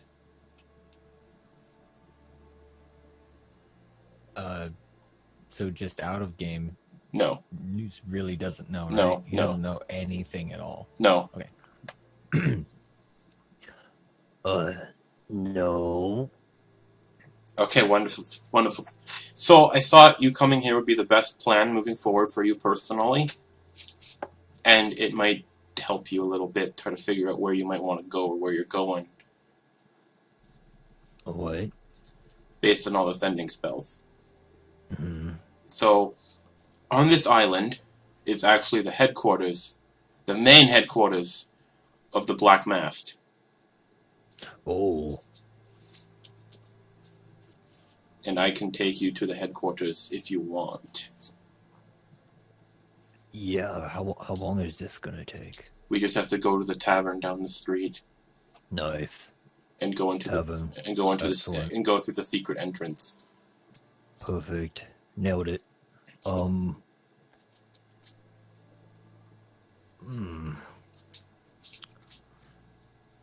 How are things going for you, buddy? I mean, well, did you pick up on anything about, Yes. I think I know what you're going to ask, maybe? But I don't want to assume, so what were you going to ask? The Catalyst of Iron and the Black Mother. So! Yes. So. Don't tell anyone I did this, because it's kind of against the rules of the Black Mass. We're not allowed to break into other people's... we're not allowed to break into the properties of other Black Mass members and steal from them. Mm. But I did. I sent some of my crew into Garaxton's shop.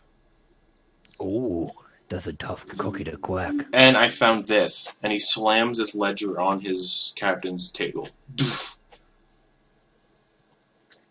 And he opens it up. And he says, so this is what confused me a little bit. I don't know how much you know about our past members. But about 2 decades ago, our leader of the Black Mast, Dorwin, did a mission. You probably would have heard about the mission in whispers or stuff, but he took a bunch of people on this mission. This mission, the information was given to him by Garaxton about this place that we should go to and take things from. Mm-hmm. Like a good take kind of thing, to help people out, to balance things. Mm-hmm. Well, they went there, and a lot of people died, and were captured by these people in a swamp house, like a manor in the middle of the swamp on Red Dove Island. And our leader, Thorwin, was blinded by acid in both of his eyes permanently during this attack. And one of the people that disappeared was called Cecil Verwin. And he points to the name Cecil Verwin in the book. And says, but the tricky thing is about this, is if you look in the ledger of Garaxton's meetings, he met someone called Cecil Verwin about 2 months ago. And Cecil Verwin should have been dead for quite a long time. Or at least captured. So that's tricky. That's interesting. That he's meeting dead members of our order.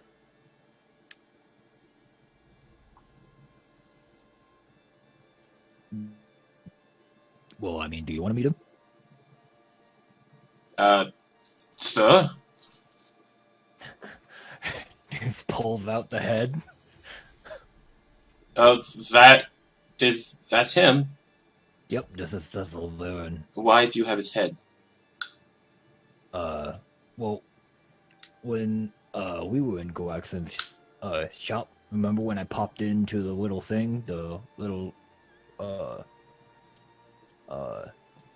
council room that you had going? I popped in and said hi. Right after that, Yes. Goaxon sent us to the Feywild to do a little challenge. That's weird. And then I found this guy's head down there. So, about that council meeting you dropped in on.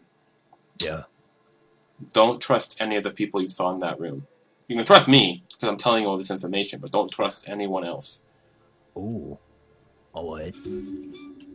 Because I've been doing some digging, as you can see in this ledger, and it doesn't make sense that he's been talking to people long dead. Like, a lot of these names are people who were killed during the assault or captured by the group of mercenaries that set up in that manor home. And they haven't been seen since, but Goraxon's been meeting with them over the last couple of months. So I was going to take this ledger actually to Dorwyn, and it would help if I had someone with me to kind of corroborate things. And the fact that you have Cecil's head helps a lot. Ooh. Alright, I'll keep him safe then. I'll put it back in my pack. Just, It's a good thing that 10 days have passed since the last time I talked to him. That's convenient, actually.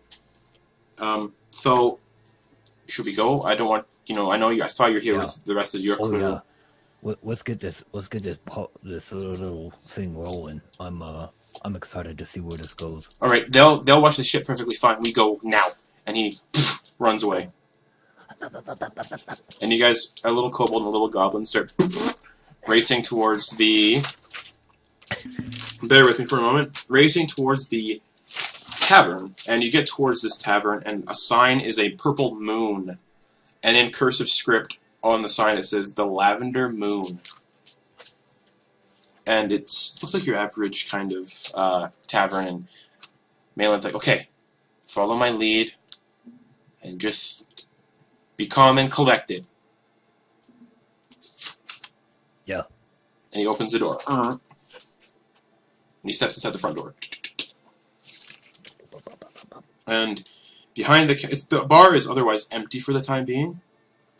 Behind the counter you see a black-skinned tiefling with horns that are painted gold and that resemble the horns of a bighorn sheep. They're wearing a lavender silk lace top that is unbuttoned and open, showing a bare male chest. The top's lace patterns look like kind of tapered spider webs. They're also wearing a long black skirt that touches the knees and opens up into long, elegant, flowing strands. Tied around the waist is a black sash trimmed with gold silks. From behind the counter, because the counter is kind of like an open concept counter, you can see through it, it's like glass. They're also wearing a pair of black wooden sandals. They have orange eyes with white irises. They stand about 6'1", have like an average-ish build. Their lips are painted gold, like with golden lipstick, and they have a diamond-studded septum piercing in their nose. And they kind of just lean on the counter and go, "Oh, Melon. Is this a friend of yours?" "Yes." And Melon does the cross fingers. And he does it as well. The tiefling nods, claps his hands, and you hear and the bar counter actually swivels a little bit, revealing a staircase descending downwards. When they're on the staircase, Noose casts disguise self in the form of Tombstone. Okay, yeah. The bartender looks at you a little weird as you do that. And then you guys... Oh, he was doing... Oh, okay. Yep. Yeah. And then you guys descend down the staircase. You hear the bar counter kind of grind over top of the staircase, and as it does, torches along the walls light up with blue light. And at the end of this hall is a large, ornate golden doorway with a large black X painted across it. Okay, this way, let's go! All right. And he opens the door, and it opens, and you see a massive kind of room, cobblestone. You hear running water. In the middle of this room is a large golden fountain with water buckets and kind of ways that people can like get fresh water from this fountain. And you kind of get the idea that it's actually part of a hot spring on the island. And there's just numerous people walking or roaming around, filling up these buckets and then wandering off into different hallways and stuff. Lots of winding hallways and twisting maze-like tunnels. And you notice a lot of the floor is black carpet. Mm. And I gotta flip really far now on my notes. Okay. Alright. And you get, and Milan's like, yeah, this place spans like a quarter-mile underground, or more. It just so if people try to like break in here, they get lost and die. It's really a good one. It's really cool down here. Some of the tunnels go for hours and hours, and they just lead to dead ends. Oh man, I bet you have a blast down here. It's pretty fun down here. Last week we had to clean a guy out who, like a member who got lost and forgot how to get out, and he just starved to death in a tunnel. Oh boy, Pipshin was not with him. No, he wasn't a worshipper of Pipshin, so that might have been his problem. Anyways, this way. And he leads you down this main central corridor towards a large set of double doors. And he knocks on the door. And he does that. As he does that, you hear a voice, enter. And Malin's like, okay, this way. And Malin pushes the doors open and walks in. And you see a large kind of office room. There's a large dark oak stained desk. Numerous kind of... I have a room description here. Let me just find it real quick. Yeah, here we go. And as you walk in, you immediately feel a familiar spell kind of wash over you. You can choose to make a charisma saving throw or not. It is a zone of truth that is cast around the entirety of this room. Nah. Okay. Dark oak floors with a large ornate orange rug. There's paintings hung up all over this room, some beautiful, while others are strange and macabre. There's one painting of a guy just being like disemboweled by his children, and he's screaming. And then weird paintings like a horse with a man's head screaming in a field. Lots of weird lots of weird paintings. Yes, it's really weird. There's a thick ledger sitting on the desk. There's a large, you also see a large four-poster bed, adorned in white silk curtains and animal fur blankets in one of the corners. However, the massive figure sitting behind the desk, you basically put two and two together. This is Dorwin, the leader of the Black Mast. He is a bugbear male, appears to be in his 50s. He has brownish fur that is graying in spots. He has two milky white, blind, acid-scarred eyes. He can't see whatsoever. But you get that his hearing is impeccable. He wears a hooded, maroon-colored velvet cloak with the hood down, with a heavily strapped crimson tunic underneath. The straps are filled with vials of poison, truth serums, poison darts, and caltrops. He's also wearing a pair of brown leather trousers covered in iron studs. His feet are bare, however. On his side is a stained black scimitar etched with names. He also wears a black leather glove on his left hand where a hand crossbow is mounted onto the wrist. Ooh. And he just sits there and goes, "What is it, Melon?" So, this guy, you know, he looks like Toothstone for some reason. I am Toothstone. That's me, Toothstone, right? We're doing the Toothstone. I'm always Toothstone. You can't speak a deliberate lie. Damn it, that's right. Yeah. Why? He said dressed like Toothstone, and he says, yeah. Interesting. You see, I have a ledger here, Oh, yeah. and he hasn't replied back in quite a long time since he left for Bleak Skull. So, who are you? My name is Noose.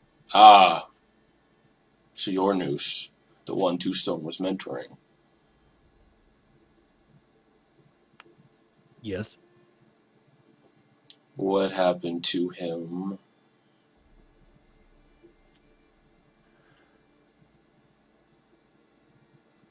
He perished. Let me see. Well, for my ledger, I do need a record of how it happened, but we can worry about that later. Unless you'd like to tell me now.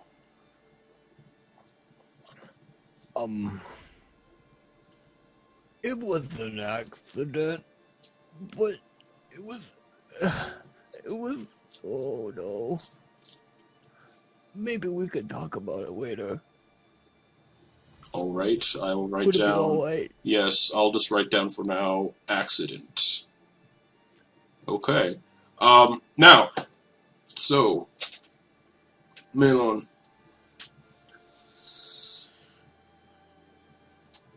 Why are you and him here? So I found this ledger. I'm sorry, we broke the rules. We robbed Garaxon's shop, but this ledger is important. It tells details of members. He's been speaking to people who've been dead, that should have been dead like 20 years ago, like Cecil Varen. He can't see, because he's blind. I got his head right here. Cecil Varen. Well, I can't see it, but because of this field that's up in my office, I believe you. Naturally. Melon, he has the head. Yes, it's 100% his likeness. I confirmed it. Alright. Where did you find it, little one? I found it in the Feywild when we were doing a rite of passage for Pipshin. Who sent you to the Feywild? Garaxon. Why? It was like, he said it was like some part of initiation, but... Initiation into what? Is it what? Sorry, what? It was, right? Like that was what he said? Or, I just want to make sure I'm saying the right stuff. Yeah, sort of. Initiation. A way to get some magical items. If you guys went to the Feywild Forum, yeah. Yeah. Like a game. He just wanted to play a game with you guys, yeah. Okay. Alright. Yeah. It was like, we came to his shop for some magical items, and he was like, oh, hey, if you do this for me, I'll give you some of these items, and it'll be like a fun game that we can do. And that's weird. Because Pipshin was involved, I thought it was all good to go. Melon, since when did Garaxon worship Pipshin? I don't know. Recent? That's interesting. That's interesting. He didn't worship any gods the last time we spoke. Huh. Okay.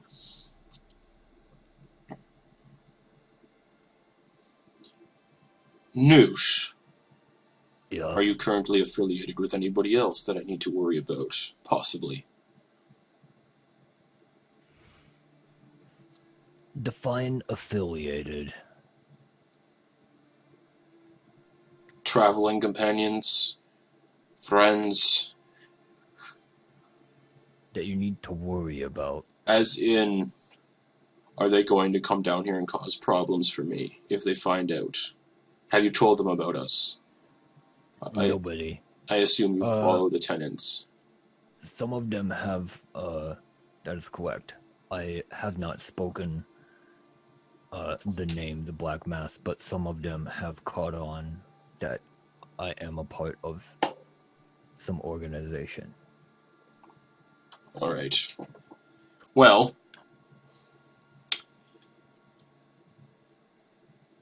this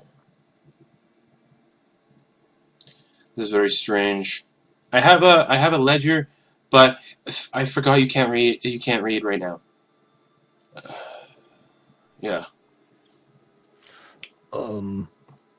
Maybe I can help with that. This is the reason he has his own truth spell up in here all the time. Yeah. You know, if you would like, I could speak with Dead on Cecil Baron and you could ask it questions. That would be ideal. I was actually planning on having a conversation with him last night, but I plumb forgot. So this is very, very fortunate. Well, let's get it over with then.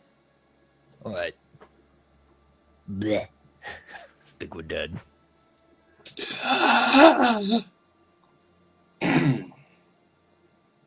Go away. Cecil Varen.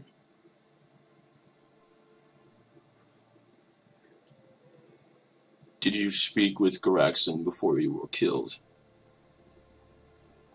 Yeah. It can only answer yes or no questions, right? No, it can. So, it's the interesting thing. You do have Zone of Truth up. And Oh, correct. The spirit can say whatever it wants Mm-hmm. in association to its alignment and what it knew in life. So if it deems like someone an enemy, it might just lie to them. But because it's Zone of Truth. It might want to, I mean, I don't know if you need to do a roll for that or how you want to end up breaking it down, but... Let's roll for it. Okay. 5. Sweet. Can't lie. Yes. Yes, about the catalysts of iron. Okay. The catalyst of iron. Haven't heard of them before. That's interesting, though. Where did you two speak? Ratdove Island. Catalyst of Iron home base.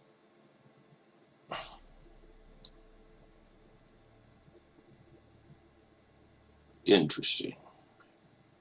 Hold on. Before you ask another question, I already know, because I asked it before, that the leader of the Catalyst of Iron is the Black Mother. The Black Mother. Yeah. Never heard of it. Alright. I just figured I'd let you know because in Okay. case you were about to ask. Now you got an extra Noted. question. Thank you. You can thank me later. Yep. No. Yep. Got it. Do you know if anyone leaked the details of that mission 20 years ago? Yes. Garaxon.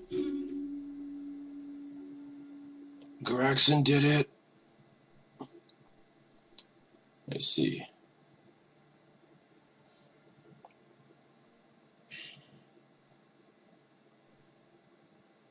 I see. How many more questions do I have?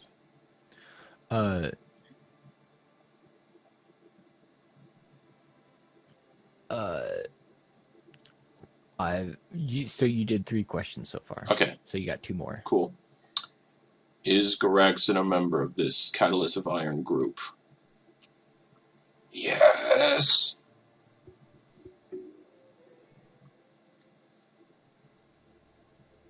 Interesting. I have one last question, apparently. Yeah, you got one more, buddy.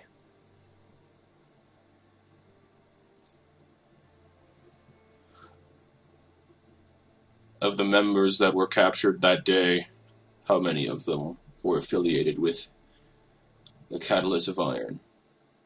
All of them. And that's 5 questions.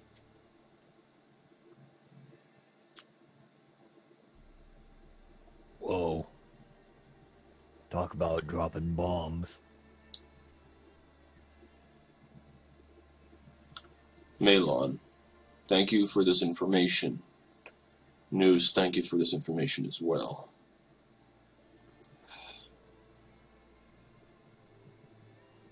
I hate to ask you of this news because we have just met. Same with you, Malon. But now, Malon, I know you have a new appointment as this organization leader. Yes, it's reluctant, kind of. I was just appointed it, but that's okay. That's fine. That's fine. Yeah, it might be good to have someone watching them as well. Malon, thank you. News. Malon is a bit busy with his organizational duties, as I gather. That's why he hasn't been able to take on contracts lately. Mm.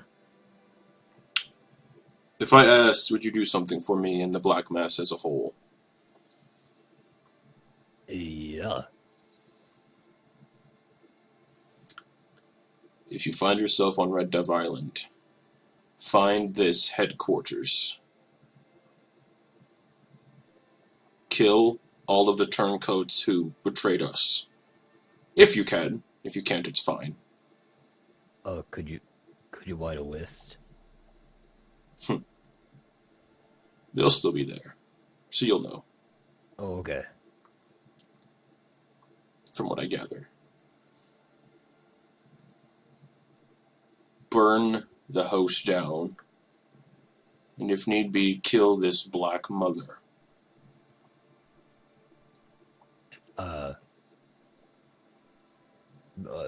Am I permitted a question around that? Yes. What's up with them? Like, what's all this about? I don't know. Garaxian came to me with a job, saying that he heard details of this target, this mark on Red Dove Island that we should go after. Apparently they were kidnapping orphans and selling them to noble families into slavery. And as you know, we like to balance things, and obviously slavery is a no-go with us. Yeah. And especially the dealings of children for monetary gain. So I obviously took a huge number of our forces there, and immediately things went south, and a lot of us were killed. Thesselvaren was taken, along with other members, which I now believe are members of this Catalyst of Iron. I need more information about them, because I don't know much about them at all. So maybe I can do a little bit of recon espionage and then give you a sending. Yes. Right. Also, no one's accepted a contract I've had sitting on my desk for a while. Are you and your friends busy? Do you want a little bit of fun before leaving the island? Actually, yeah, we kind of just got freed up a bit, because our previous captain decided to skip away. Interesting. I have it written down here that you were a member of the Labyrinth, with captain under the Iron Bull. Is that still the case, or no? It is not the case. For a while we were under a different ship. It was mine. No. And then, wait. Oh. You... Quite a few different ships, actually. Interesting. Yeah. Now we are on the Voidmaw. And the captain is Eclipse. Eclipse. Yeah, she's a Tabaxi. Stands out like a sore thumb. And he writes it down in his ledger. He's not wrong. Alright. Well, Thank you for telling me about Two Stone. Yeah. Okay, I'm just gonna say it. I tried to do a prank, and a wat grub got up his nose, and it just took root there and took him out. It was a big accident. I'm sorry. I mean, like a thing. It was like some bloated guts, and it was a little trap on the other side of the door, and it fell on his head, and one of them got up in his headpiece. I respect truth over anything else. So thank you. I'm not going to write down that he was killed by a prank. Okay. Because that would be... That'd be rough on the guy. Yeah. The spirit probably wouldn't rest too well. No. Well, should you ever find yourself looking for entertainment before leaving this island, he hands you the contract. Oh, yeah. Yeah, let's have a, I'll And have a look at this. it says... Kill Gerhardt Mononsoza. No, Well, that's an easy choice. it says... Good luck. It says... Break into the Thorn House auction hall and break into the main vault and steal back all the gold that one Axel Moontide has been scamming from customers. Thing is, it could be a little difficult. Some scouts have reported at night the statues inside the bank roam around as guards. And some traps built into the bank, into the auction house itself that tend to maim intruders permanently. Just, your odd loss of limb. Wait, that seemed pretty important. What was that last bit? There's traps in the bank that apparently could maim and make people maimed permanently, like limb loss. Oh, yeah, that's a bad one. Okay, we will have a look out for those. You said those traps, they are probably just anywhere. So they're mostly physical. Apparently, one of the scouts saw mages casting some glyphs on things. So keep an eye out if you do take up this contract. Should you complete the contract, well, you know what our rewards are for the Black Mast.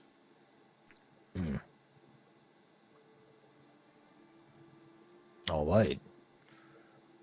I will. How should I explain this to my crew? Just, if we're going to do this. How much do you trust them?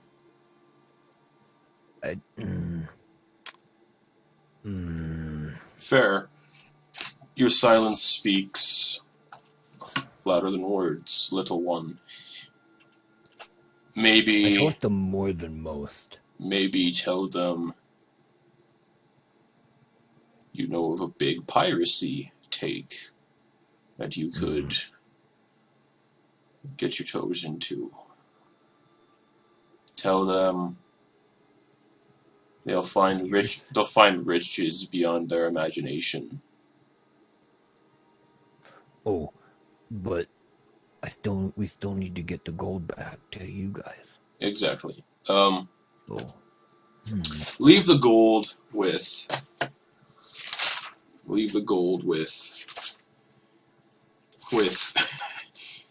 Vel Morose. That is the tiefling you would have encountered upstairs. Oh, okay. Oh, and just so you know, I'm just gonna go ahead and... Oh, wait. You can't see me anyway. No. I'll just keep this on. And he still has 2 stone. So. Alright. Oh wait, so I'm pretty much gonna try and tell my crew that we've got a contract to do, but all the gold that we get has to go somewhere else, so we have to it's like probably working off a credit system, maybe I can get them to do it. Or you can bring them down here as a one-time thing. Oh, wait, no, as long as it's okay, because, I mean, like, yeah. And don't worry, I'm sure if they do try to rob this place, it would be the stupidest thing they could ever do. Yeah. All right. Okay, I'll tell them. I'll tell them I got us a contract for a job, and that I just can't say a whole lot about it. But there are very good rewards. That sounds about right. All right, we'll see how far that gets me. If nothing else, I know that I have your blessing. Speaking of which, you've never been here before. Which is strange for a member of our organization, as every other member has been here before. Mm. These were 2 stones. I think maybe you couldn't have them. From what I'm told, you are a goblin. So, generally, Yeah. you 2 are about the same stature. Yeah. We're pretty much about the same size. And he hands you these pile of clothes that are kind of like navy midnight blue. There's kind of like a hooded cloak, and there's also a part like a scarf built into it, like the one you can kind of like pull up and like cover your nose and mouth. And then there's like a hood that pulls up. It looks a lot like a outfit from like the Dark Brotherhood in Skyrim and Elder Scrolls, like one of their outfits, but like navy blue. Basically help you like move around in the darkness without being seen too much, and also it's just like a nice set of clothes. There's a pair of little slippers that have pointed little toes on them, like elf shoes, like Christmas elf shoes, like little pointed like little slippers. Mm-hmm. And yeah, this hooded cloak, and kind of it's a lot of like cascading and flowing, like silks, but like navy blue. All right. Thank you. You're welcome. All right. If it's all right, I'm gonna go back to my crew and we'll see if we can't get this worked out. Wonderful. Melon, I'd like you to stay behind for a little bit, and we need to talk about some things. Noose, thank you for coming. Can't see. You're welcome. I assume you just waved, so I will wave back. Oh, that's great. We nailed it. I can hear your hand moving through the air, so What? Goodbye. goodbye.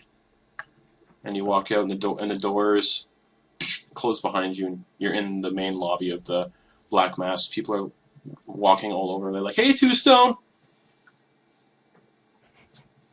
Thought you were dead." Waves. And you run up the stairs, and there's like a little kind of like doorbell at the top of the stairs that you can push. And the counter. Oh.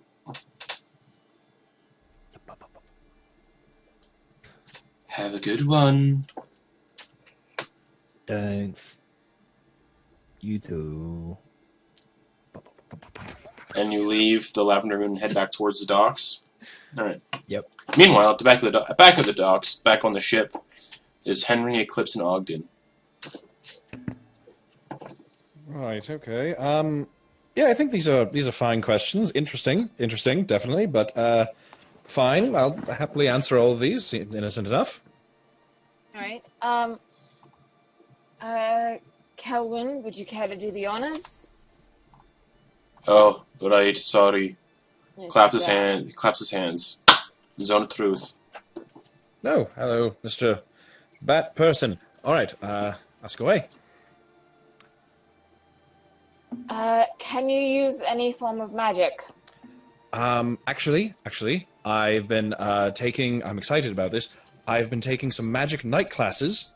I'm very proud of this one. Very proud of it.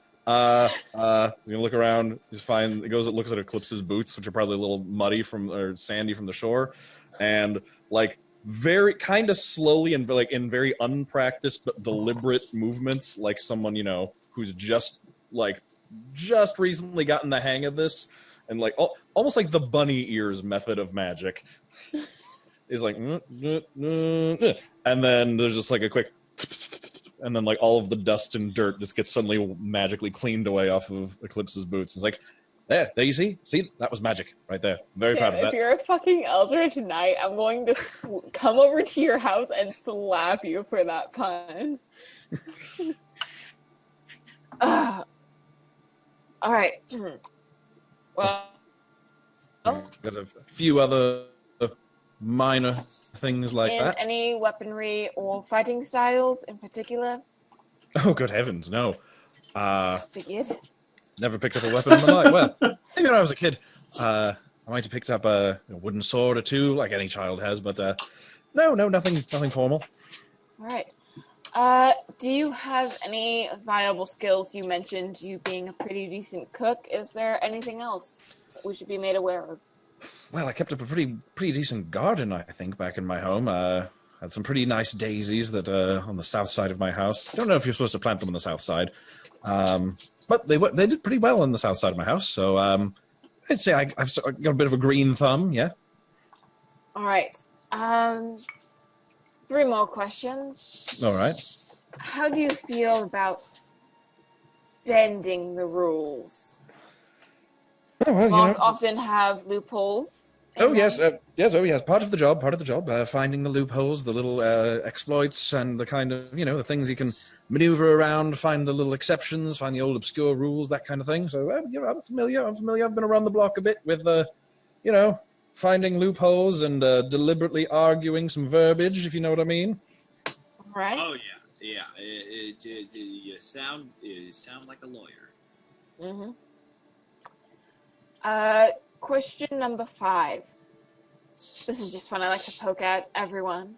What is the airspeed velocity of an unladen swallow? Well, unfortunately, I went to law school, not zoology school, so I'm not really that familiar with birds and their flying speeds, so I haven't the foggiest idea. All right. Well, you're not joining the improv team, that's for sure. All right. Last question. Is that a joke? I missed it. I'm sorry. Have you now or ever been connected with an ancient, destructive deity? Destructive? No, well, don't think the Lady of Hammers counts as destructive, but, go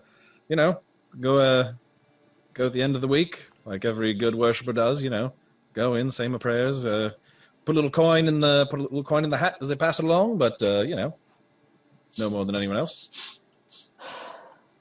This guy's Right. gonna die. Well, Mr. Lofferton, was it? Yes. We'd be happy to welcome you aboard. Fantastic. Lovely. Absolutely wonderful. I'm very excited to be here. Ogden here will show you to the kitchen and your living quarters. Magnificent. Lovely to meet both of you, all of you. Mr. Bat. My name is Kelwin. Kelwin, I will remember that. I will definitely remember that. The bat trick is very impressive, especially also this one. You're very learned in magic.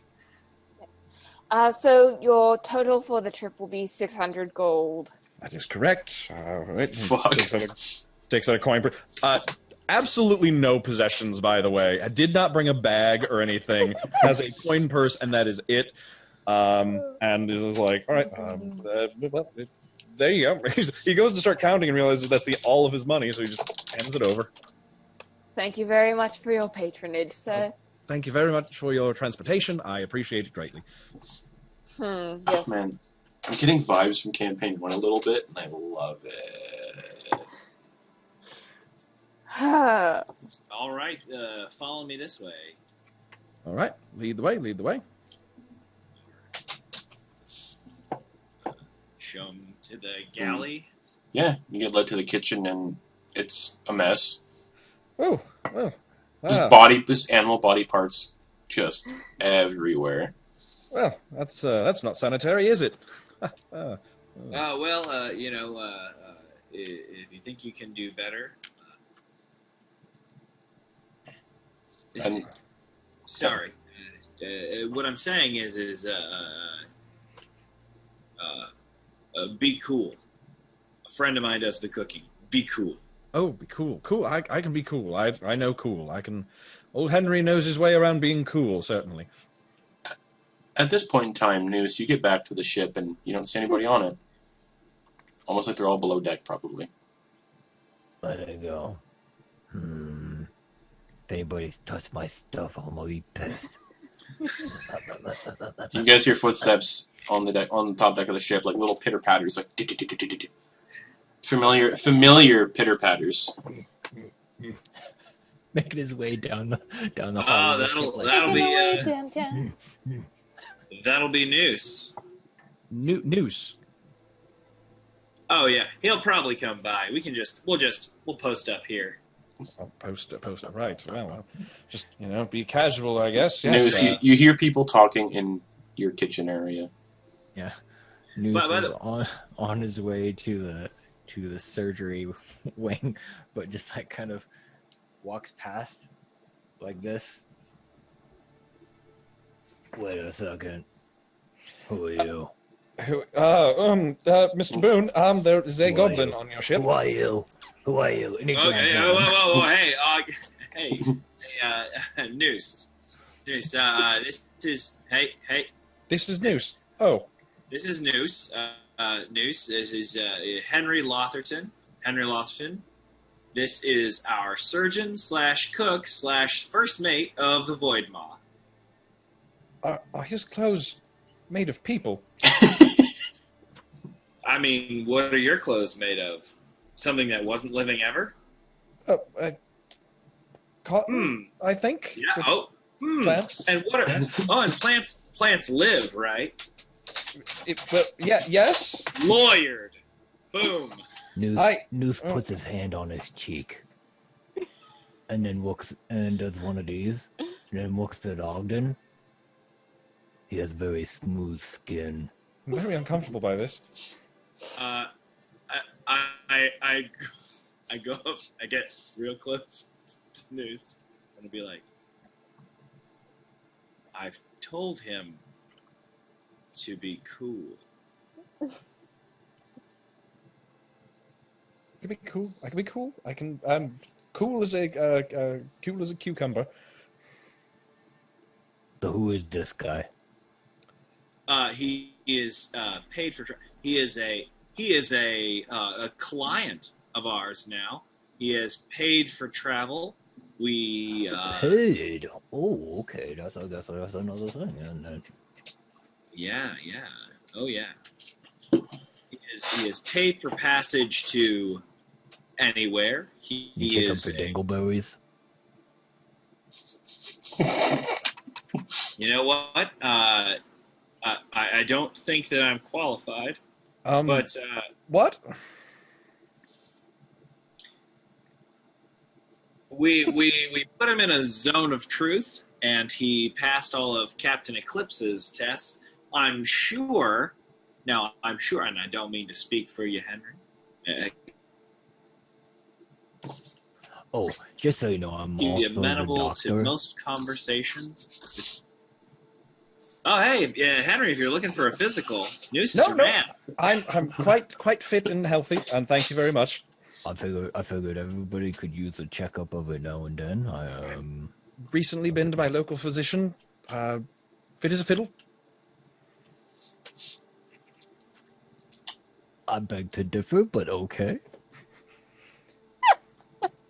You know, a second opinion never hurts. And then I look at Noose, give him a wink.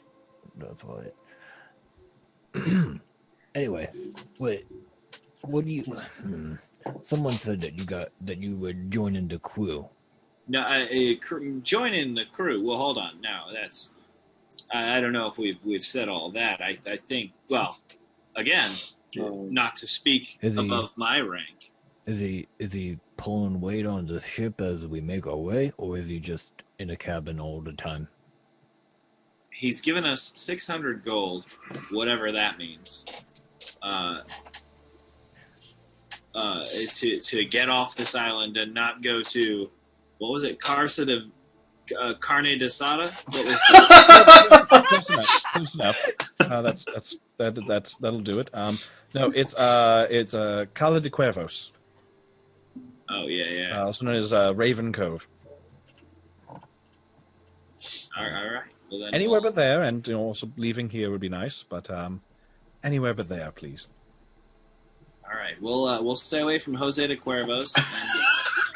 Well, anyway, yeah. Jose de Cuervos. So, After last New Year's, I also stay away from Jose de Cuervos.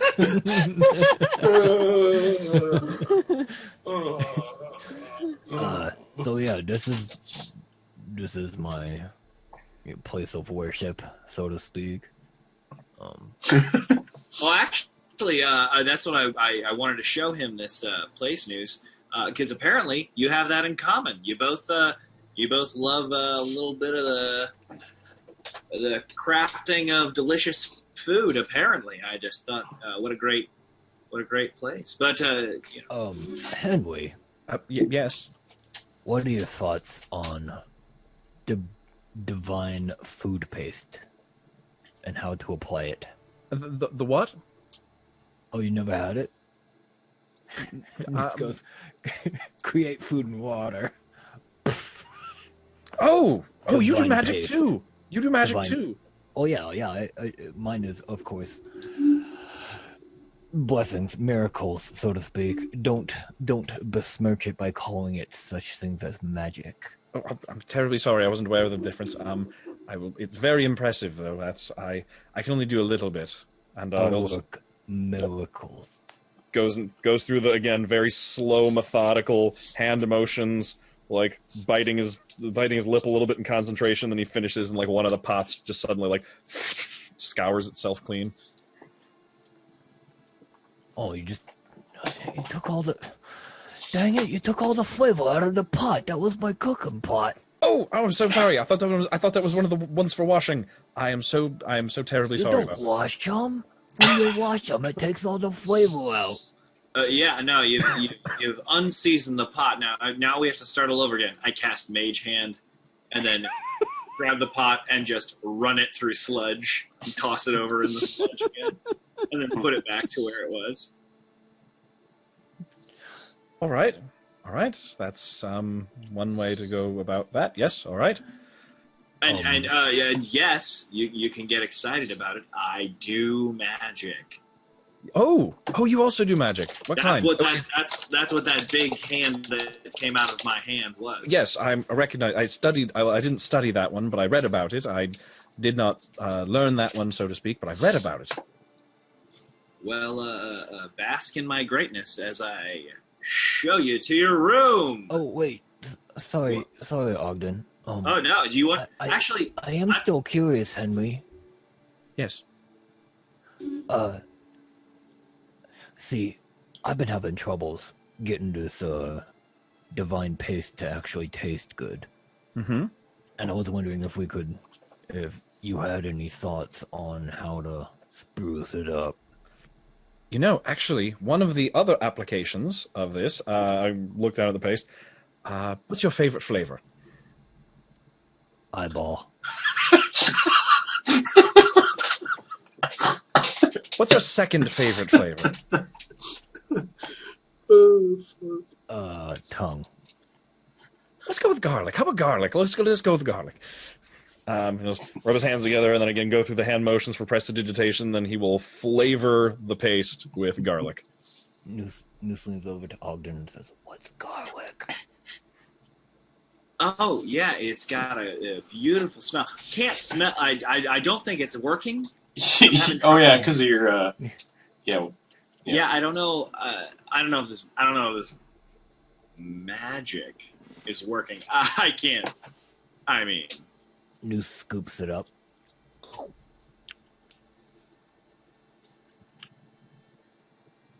It's different. It's different. It's not bland. I'll give you that. It's got kind of a funk to it. I like funky smells, and this is a very potent funk. I like it. Well, all right. You said this was called. Oh, go on. I was going to say I could no, sorry to interrupt. I can do more of that if you'd like in the future. You say this is called garlic? Yes. Ogden, Yeah. please write that down.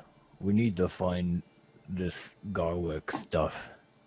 Oh, yeah. Let's find garlic. I got you. Wow. Okay. Why did... You know what? I'm impressed. All right. You're good. You can stay. That was a tough one for me, and you just fixed it with a little wave of your hand, and kind of makes me a little pissed, but not at you. Don't worry about it. Well, I'm glad I've met with your approval.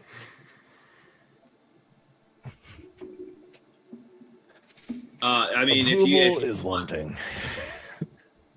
well, yeah, if you want Noose, you can show him to his room. He's gonna be in the room. He's gonna be in the room next to where we have Long. Ooh, yeah. You might want to. You might want to keep your distance from Wom. Yeah, he submitted to the zone of truth, so he wouldn't have to stay in the room with Long. Yeah, that's Lom. Lom is. Oh, I understand now. I don't have infinite casts of calm emotions to keep that guy at bay. So, yeah, I'll, if you'll follow me. Oh, it was Henry, right? Yes, Henry. Henry Lofferton, Esquire. Ooh, what's Esquire mean? It's a title. It means I'm a lawyer. What's a lawyer?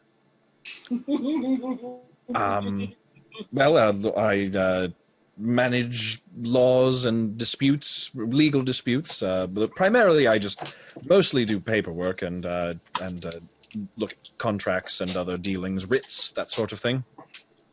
So I've not actually had the chance to litigate in a courtroom before, but I'm looking forward to eventually getting to. So, you know a lot of laws? Oh, well, I'm quite well studied, yes, and I can learn them fairly quickly if I'm not familiar with them. That's good to know. And he starts walking. This way, then. I'll just follow after News. All right. You eventually lead him to a room that was beside Lom's that had once been Mordecai's, based on the placement. Now it's just... You just didn't know it when he started walking, but then when he comes to it, he's just like, oh no. Oh no! What's happening? Oh dear. Oh no. Oh no! Oh good heavens! Just gonna turn to one side and like do a couple of hand motions, and then like cup my hands and whisper into my hands, and then Ogden will hear the whisper in his ear. I cast message. Excuse me. Sorry to bother you. Pardon me. The goblin is crying. Noose is crying. I don't know why. You guys can hear Noose's blubbering from, like, out in the halls. So, there? all right. Well, then I hear that, and I come running down. I cast Mage Hand as far as I can and start giving him a back rub from as far away as I can, about 30 feet, and I start walking towards him. Ogden, I forgot that Mordecai died. Ogden knew Mordecai for, like, less than a day. Yeah. You know, it's I'm wrestling with that right now as we speak. He was the shark guy. Oh no. Okay. Player remembers Okay. character.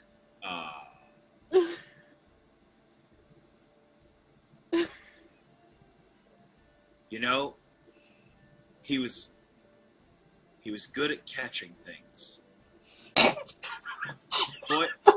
Boy, I saw him catch a projectile. I saw him catch an arrow the size of 3 men. He did. I saw him catch it and Oh, that's right, he did. He did it so well. He did. You know what he did? He was the best. And you didn't forward back. Just to keep you safe, Ogden. And I owe him. We all owe him. You know what we're gonna do, Noose? We're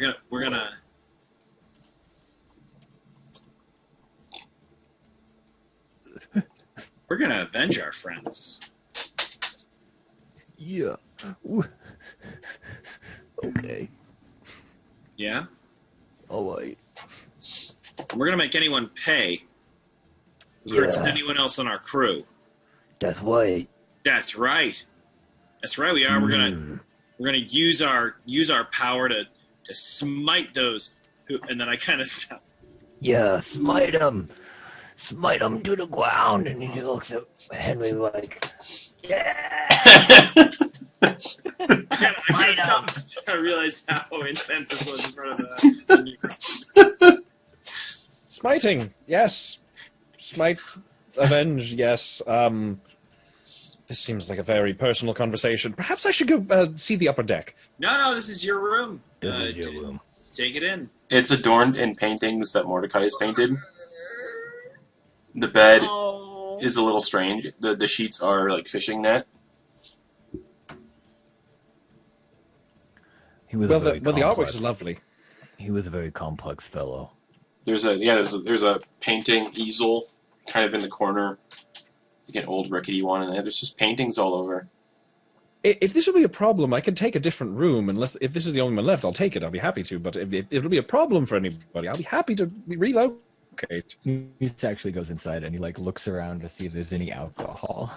There is a bottle of dusty rum under the bed. You see Noose dive under there, his legs kind of just kicking. I got some. But there's no alcohol in it. Oh. It's a note.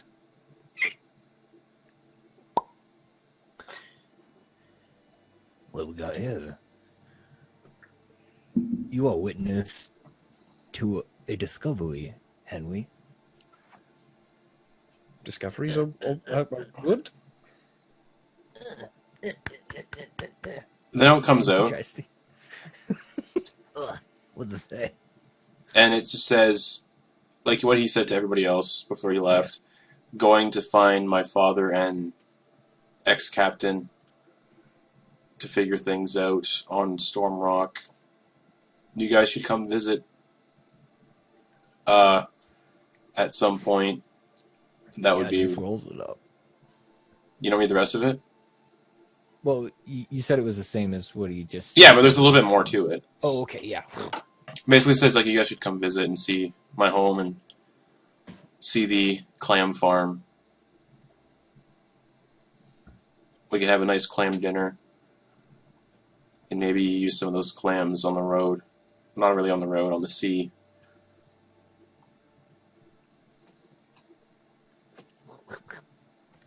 Rolls it up, puts it back in the bottle, puts it in his pack.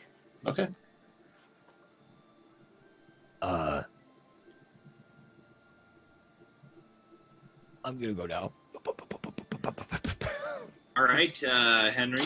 Lovely meeting you. Yes, Mr. Boon. Well, I wanted to say welcome to the Void Maw. That was our first mate. You've met our captain. I am the quartermaster, and the run of the ship is yours. I would recommend giving Lom a wide berth.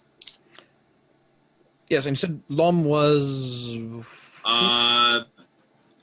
half giant, half orc. You can't miss him. Pretty much wants to smash me into a paste at any point. I'm not paying attention. Sorry to hear that. Well, maybe you can lawyer your way around someone being mad at me for a crime I have yet to commit. Well, that's difficult. You haven't committed it? Nope. Have you expressed an intention to? Absolutely. Oh well, that's that might have something to do with it then. I could certainly see what I could do. Okay. Well, the ship is yours. I recommend checking in with the captain, but we should be shoving off soonish if everyone's done their supply run. You know, I've got things to check on. All right, I'll be around. And then just go. I'm just off. So yeah, Henry. When Noose left, sorry, I just wanted to say that when Noose left, he was heading towards to find Eclipse. Okay. Henry. Contract. Yeah, for sure. Yep. Henry, you're alone in Mordecai's old room. The bed sheets are, like I said, fishing nets. Holes in them because they're fishing nets. Paintings of just everyone from the crew are still hung up in here. Mm-hmm. The painting that he gave the crew when he left of everybody together is hung up in here as well. And the room is a little dusty because no one's really been in here since he left. There's a little kind of like a desk where you assume he might have painted on little portraits on. But yeah, there's a small like little writing desk in the one corner. And yeah. All right. Henry is just looking around, walking around the room, taking a look at everything, listening as all the footsteps of everybody else kind of leaves. And as he's walking around when no one else is around the room, another voice will join, will emanate from somewhere and just say, "Well, they sound interesting." And Henry will leap about 3 feet in the air, fall over, and crash into the easel. And you go, "No, who said that?" And yeah, and then just kind of lays there, breathing heavily, looking around and looking very concerned. Oi, shut up in there! Sorry, very sorry about that. Tried to be more quiet.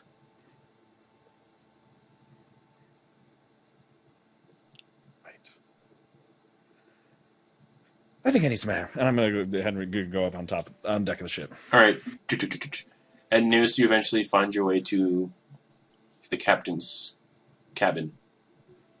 I'm currently just like divvying up coin to pay the crew from what we just got from Henry. It was like spending change. Eclipse. Oh yes, Noose, come in. Is it a good time for us to meet one-on-one? Yeah, just shut the door on your way in.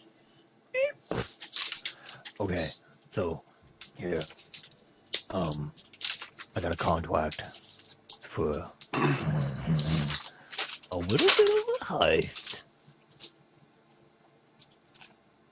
Tell me more. I got some info on an auction house for just a bad piece of work that owns this thing.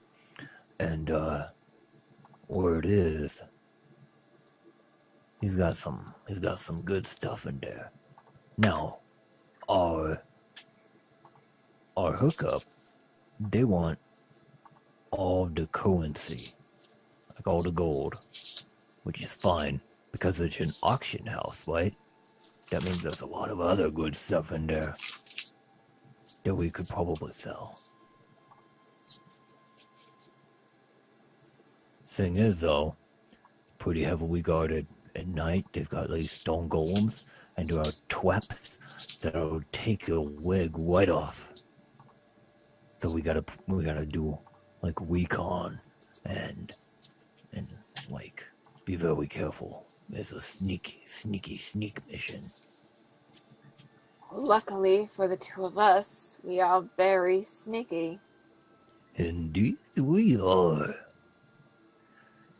You know, Noose, I think this would be a good chance to find out what our newest,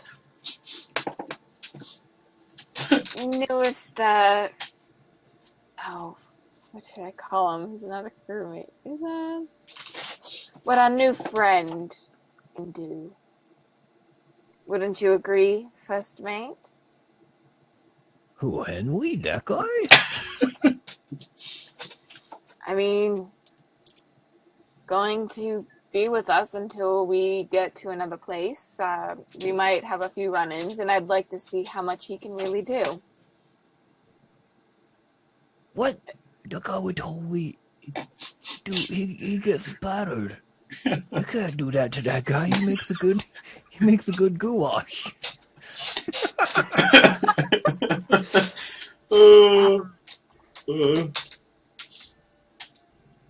I could probably make that good goulash. If you just told me what he did. And also, he's already paid us, so I don't really care what happens to him now.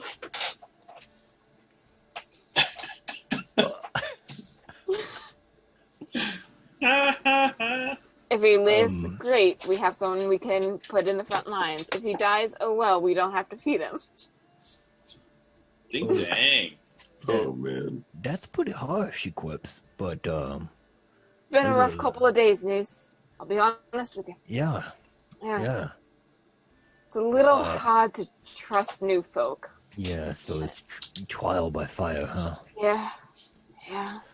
I'll have to put a blessing of Piption on him, so he doesn't trip and fall on a spike. Henry lasted 1 session. Campaign spurt.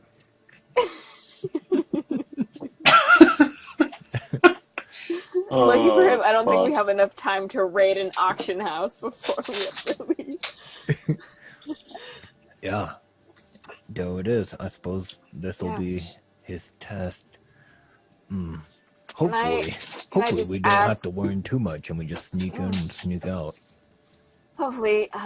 One last thing. Can I just ask, who is this contract from? Nope. Noose?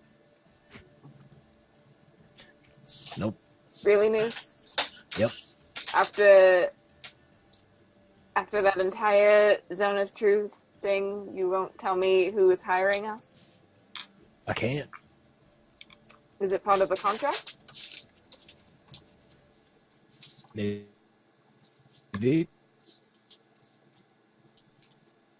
Right. But trust me, okay? It's just, you gotta know that it's all about balancing things out, alright? Because this guy, he's a bad dude, and he's got a lot of stuff, and we need to liberate it. This is a nothing but net for the old morality, you know? When you get done with this job, zero guilt. Zero guilt, what a gold. It's a all uphill. Yes, I've known you the longest out of anyone on this boat. I like where your head's at right now. Let me see the contract. And I'm just gonna sign it with just a crescent moon and a black circle. Nice. Oh, it's basically drew an eclipse.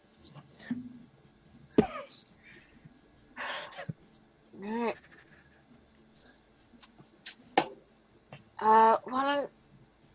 Let's go check it out before we make a plan of how to enter. That's a good idea.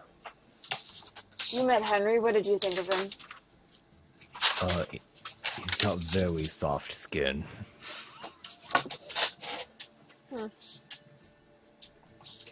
That's a compliment coming from you. I mean, he could make a very comfy shirt for sure. Yeah. Yeah. It's like a 50-50 chance of you getting a new shirt after this news. Oh, very, you know, it's up there. It's in the old brain basket right now, but you know, we'll figure it out as we go. Alright. But other stuff. So, this guy, family.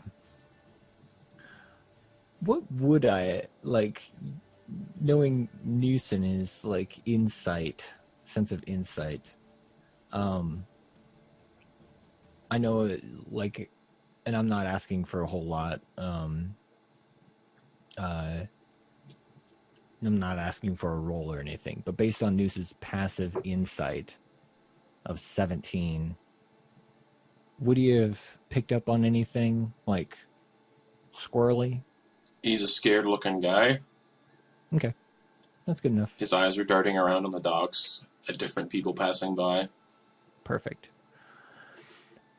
I am concerned I might need to take a nap and change up some spells. Maybe keep casting silence on him. Seems like a guy that just kind of makes noises when he gets scared. Noose, you might be right about that one. Yeah. Go ahead, do what you need to do to get ready. Oh, what? Alright. I'm going to pass out all this coin to the crew for their pay. I think we'll have a bit of a land day. A day ashore. Alright. Yeah. Okay.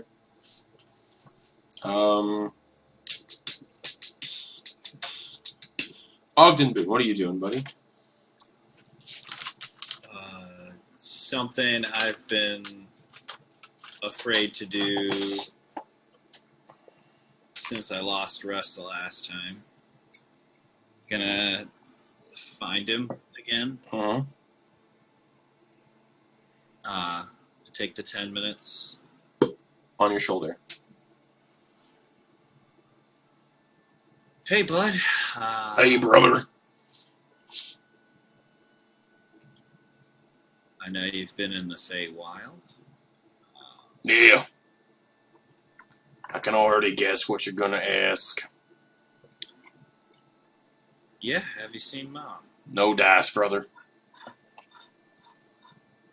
Didn't think so.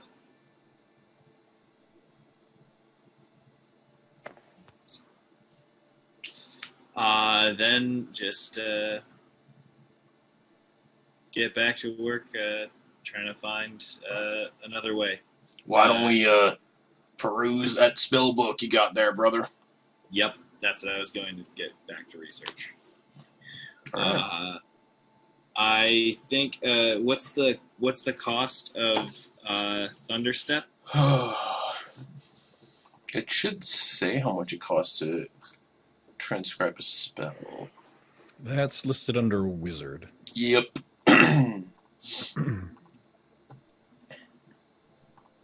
900,000 gold pieces. Oh my god. No, but how many rubies is that? Wait, you said 900,000? I was joking, yeah. I'm so easily duped. For each level of the spell, the process takes 2 hours and costs 50 gold pieces. Thunderstep, I believe, is... Third? I think so.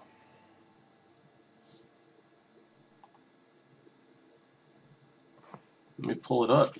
I think it's third. Thunder. So in addition to the current party, we have 3 other crew members. Yes. Okay. No, Kelwin, Gunner, Grump, and Lom. So 4. Okay, 4. Thunderstep is a 3rd level spell, so it would cost 150 gold, and it would be 6 hours to put it into a book.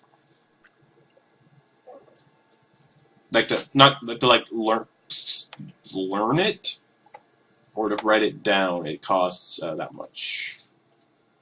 Pretty much put it into the book, yeah. Yeah. And you did find a spell book full of spells.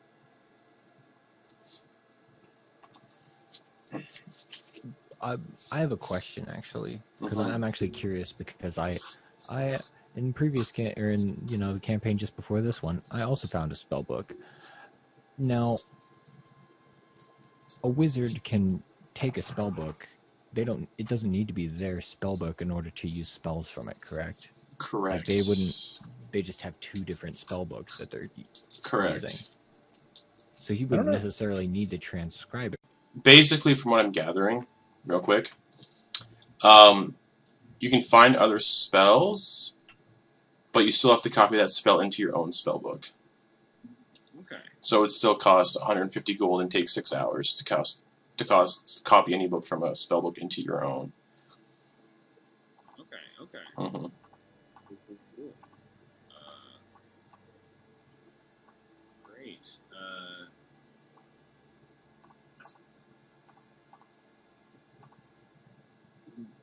I know.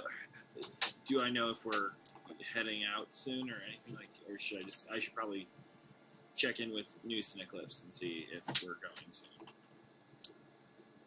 Right. That is up to you. Yeah. Yeah. Yeah, I'm gonna check in with them to see if we're leaving soon. Take Okay. 5 minutes to. All right. Captain, are we taking off soon? Actually, we have a bit of change of plans. Also, here you are, and I hand him 50 gold. That is your part of the joyride money that we got from our new guest. We are actually going to be staying for an extra day or so.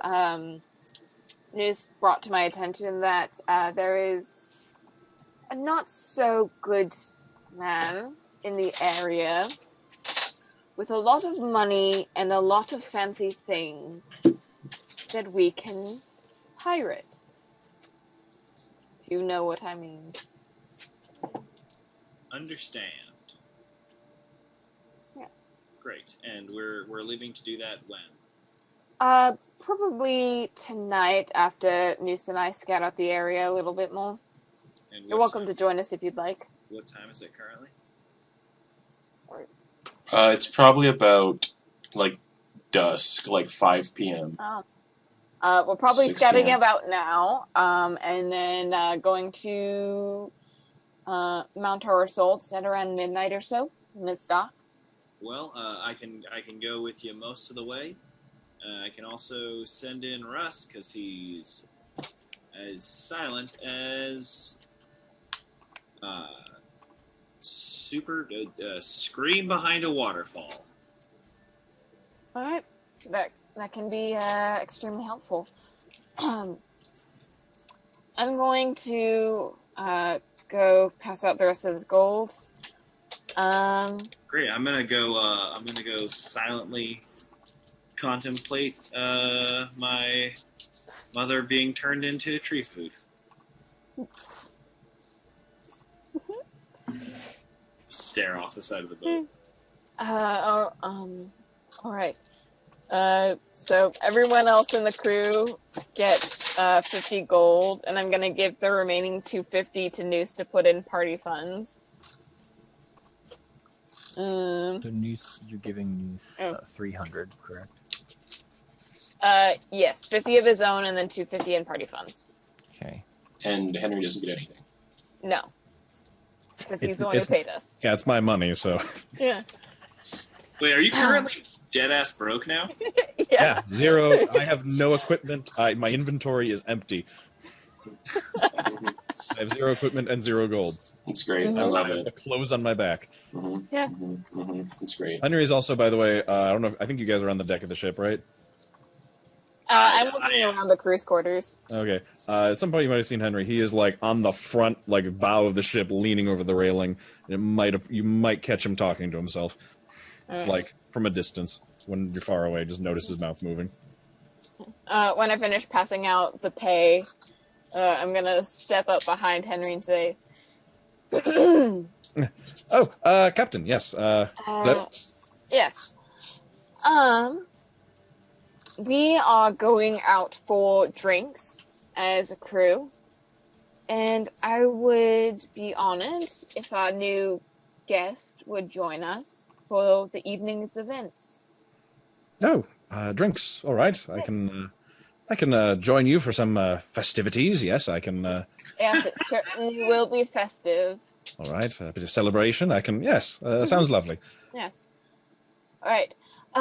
Here, I noticed you don't have anything on you, and it can be dangerous at night. Take this, and I'm going to hand him a dagger and a rapier. My rapier. Oh dear. Oh my. Yeah. I wouldn't. I honestly would not know the first thing to do with these. Stick them with the pointy end. Right, I'm afraid I might stick myself with the pointy end if I'm not careful. I might trip and just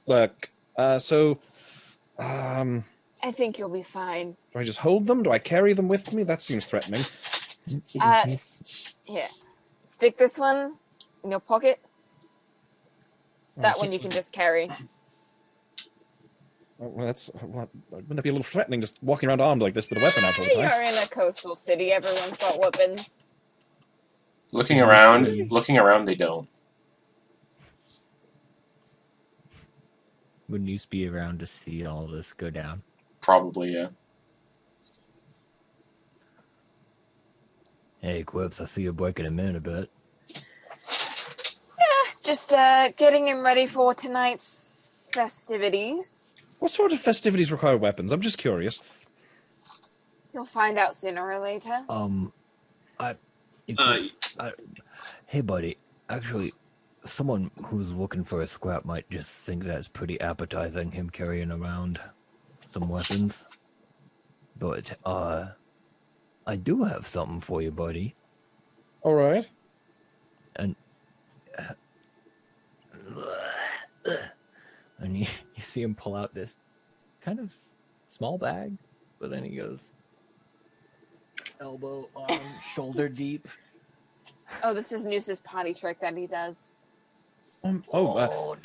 Miracles, not magic. Right. No, this one's magic. This is magic. Oh. Them Polo tricks. Right, all right. And he pulls out a breastplate. This is for your protection. I know you're a bit squishy. Aha. Never worn anything like that before. No? Seems a Makes little. it harder for you to stick yourself. I guess seems a little cumbersome though. Well, how about you try it on, buddy? You might think differently. All right, if you wouldn't mind helping. It seems like a lot of straps and buckles and things. No. Yep, one arm at a time. There we go. Noose. Yeah. Uh, Like, bend down. Oh, that pinches. Oh, all right. Bend down. Right. Do you Roll think, Oh, sorry. Noose, What's up? you know what I can do. Do you think that might help our friend a little more? Just to maybe not get hurt? Oh my god.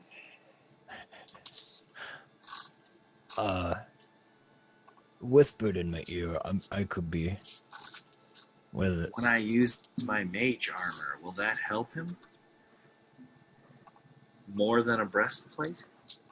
Well, I don't know. Especially if he doesn't know what he's doing with the breastplate on? They're heavy. Hey, this one is not. It's actually pretty dang light. Sorry, did I hear mage armor? Yeah. I know that one. Oh, really? Yes, that's the best one I know. I can only do it once per day, though. Oh, fair enough. Then you'll know, as a fellow magic enthusiast, you'll know that if you're wearing that breastplate, it won't work. True. I'm not sure. Which one do you think would be more protective for me? You know, I'm not looking at. This breastplate brings. If we had to quantify it in numbers, Oh, it would bring it up to like I don't know, 14. Hey, 10, are you? If 10 is just Hey, naked. Henry, are you fast? Fast He's with the looking quill. him up and down. Fast with the quill, certainly. Been quite a while since my last foot race.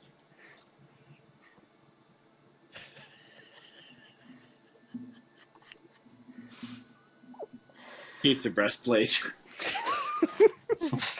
All right. Is my guess.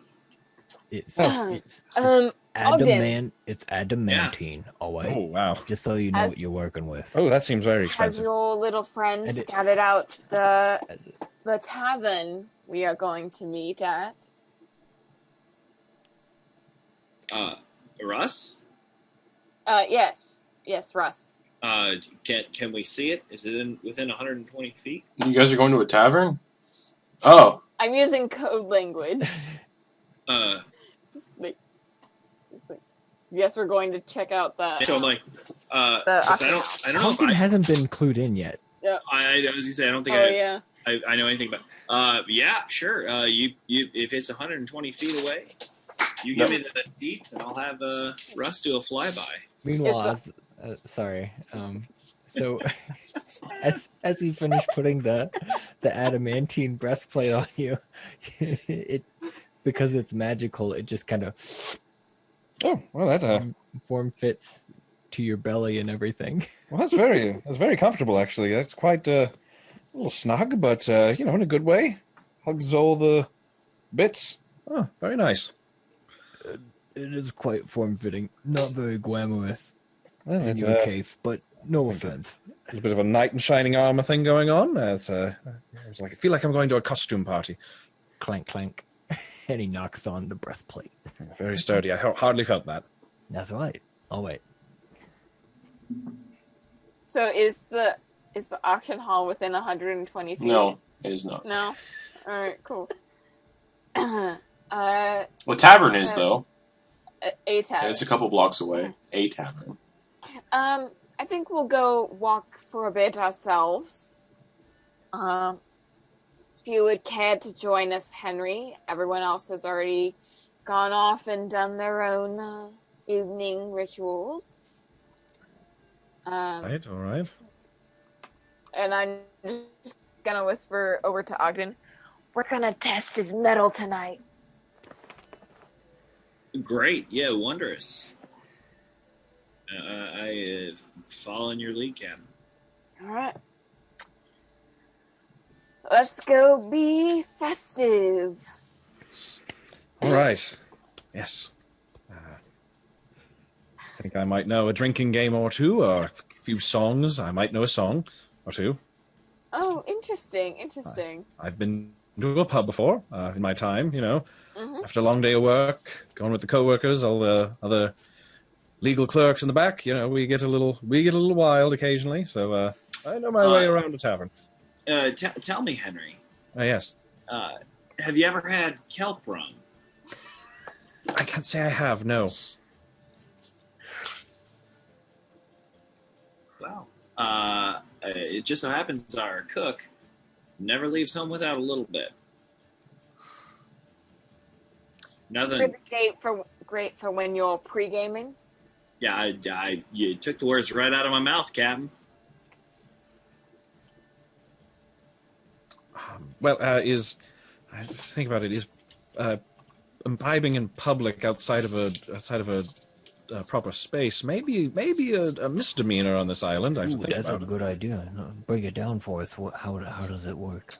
it. And we're That's all right. doing this while we're walking to the auction house. Oh yeah. Is drinking in public a punishable offense on this island? Yes. Right. Yes, I believe actually drinking public drinking is in fact a at least minor crime on this island. So I would not advise it. Might have to pay a fine or something. And I fresh out. What if you imbibe it some other way? How do you mean? I don't know, like through your ear. I don't know if that's a way to actually ingest alcohol. Depends on what race you are. Or through your nose. I'm just a human. Does it count as drinking if you suck it through your nose? I think so. That also seems very painful. Perhaps we could just wait till we get to the pub. As you guys are walking, you walk right past the tavern, the Lavender Moon. Right past. Yep. No, not that one. Different one. Nope. Different one. Nope, not that one. It's a very special tavern. All right. Yeah. Well, lead on. You would know better than I would. Mhm. I want to send Icarus up to scout if there are any taverns? No, there's not. Just this one. Oh, of course, yes. But it's more of him letting me know.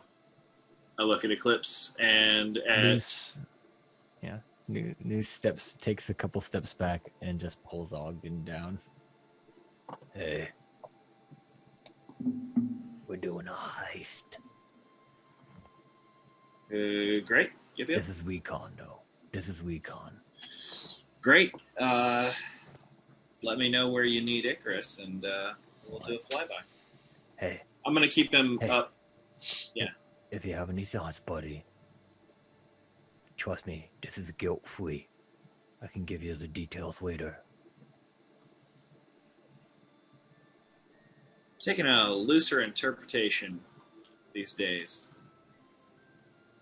So yeah, let's do some scouting. All right. Russ up Walking 60, with 60 feet, kind of circling. Dagger in one hand, rapier in the other, just out in front of him. After about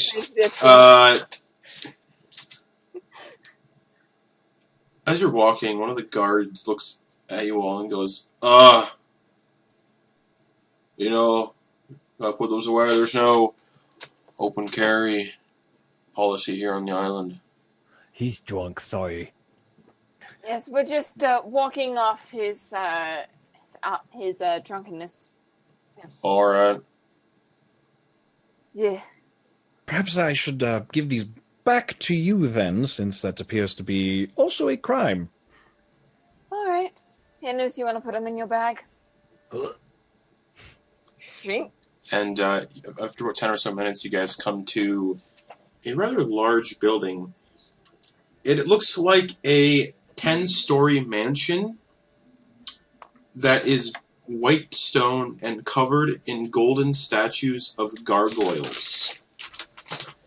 There is a large sign over the entryway showcasing a collection of thorn brambles, spelling out the name, the Thorn House, with a little gavel beside it. Looks like this is the place. Ogden, you're up. Is the tavern behind the auction house? It's inside the auction house, actually. Yeah, it's like a private club. Mm-hmm. You've got to know who to speak to, and then you'll have easy access once you know. That's why they call it a speak-easy. I see. All right. Yes, I think some of the more important barristers at my firm were involved in some kind of club like this. So yes, I'm. Well, that sounds lovely. Yes. Great. Wondrous. Wait. When I speak to Russ, do I speak in owl or do I just? You speak in Ogden. Great. Perfect. Like out loud, everyone hears you. Yeah, I want to give him a little bit of a whisperoo. Wait, can't you talk telepathically with your familiar? Oh yeah, you can. Right? Yes, but you can also talk out loud. Okay. I'm gonna just probably mind talk to him and be like, "Hey, buddy, we're casing the joint, and I want to see if if you can peep through some windows and get any more info." All right, brother. Be careful of traps. He's like, with like almost like too much concern, like, ooh. Starts flying by windows. I see statues walking around. One looks like a giant metal snake. Okay, that's a full-on nightmare. There's a weird one. Can't really make out what it is. Some of these golden statues are walking around, though, inside. Mm-hmm. The entryway, though, looks pretty empty.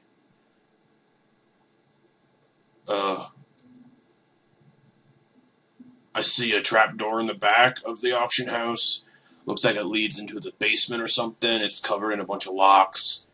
And there's actually an open window on the 10th floor. It looks like it leads into someone's office.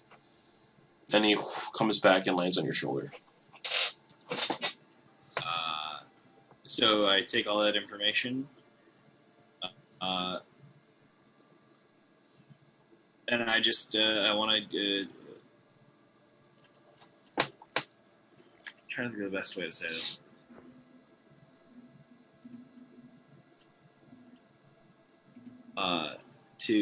To Captain Eclipse. Captain, when does the test start?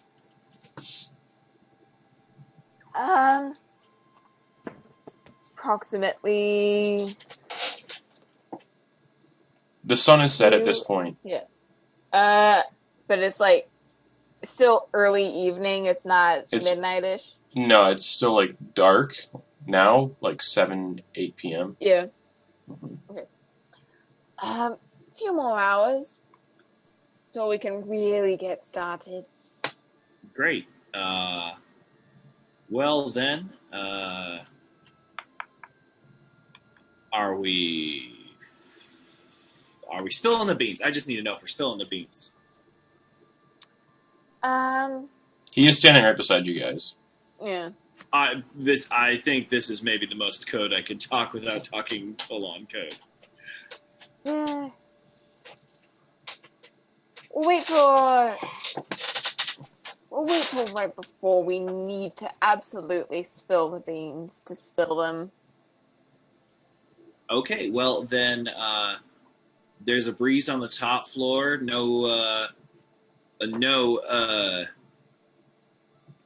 front door entertainment. Frankly, there's a VIP room entrance that is locked up tighter than a drum. So, I don't know if this is going to be the easiest party for us to crash, but I think we got a shot at it. Yes. Yeah. I think you're right. I'm gonna keep an eye out for anybody who looks like they could be standing guard outside, or anyone who like checks out a window. You see, walking around the courtyard, like past the gates of this auction house, you see people roaming around the grounds. You can kind of see like lantern light bobbing around. As for the interior, you do not see anything walking past windows or anything. Noose would like to keep an eye out for any other alternate points of entry, like sewer systems, or like little cracks in the foundation. Perception check. First roll of the night. Mm-hmm. Right? Not true. Noose failed the one save on Zone of Truth, Oh I think.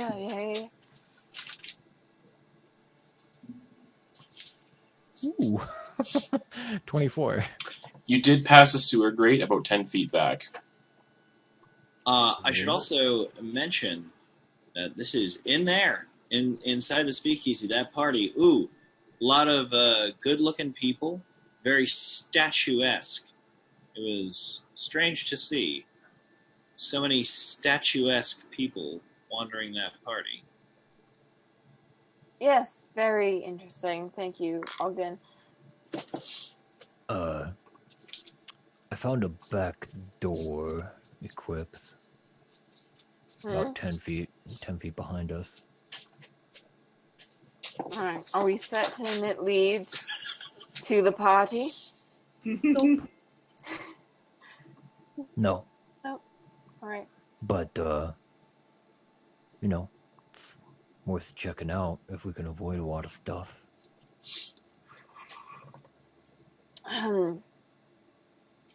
Well, Ogden's friend saw another back door that's a little higher up.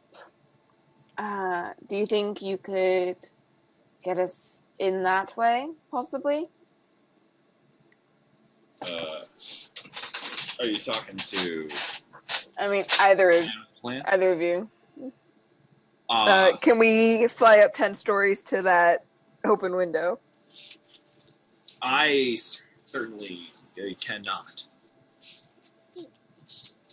I mean, I can take one other person. but I kind of want to use that for like an escape. Things get too crazy. Yeah. All right, new guy, you're up. Sorry? Can you transport people hundreds of feet up in the air? Is that one of your special magic skills you learned in your Magic Knight class? No, I really only know the 3 spells. I've got the cleaning and flavoring one. I can change colors too. I think maybe light some minor fires. I practiced that a little. A short range messaging one, and then I got a little adventurous with the big one, and I went with the mage armor. Right. And you don't know any other forms of magic? Nope, can't say I do. Oh boy. This is going to be quite the party. Now, you said it's very, very exclusive, so I'm excited. Mm-hmm. It certainly is. All right. Huh.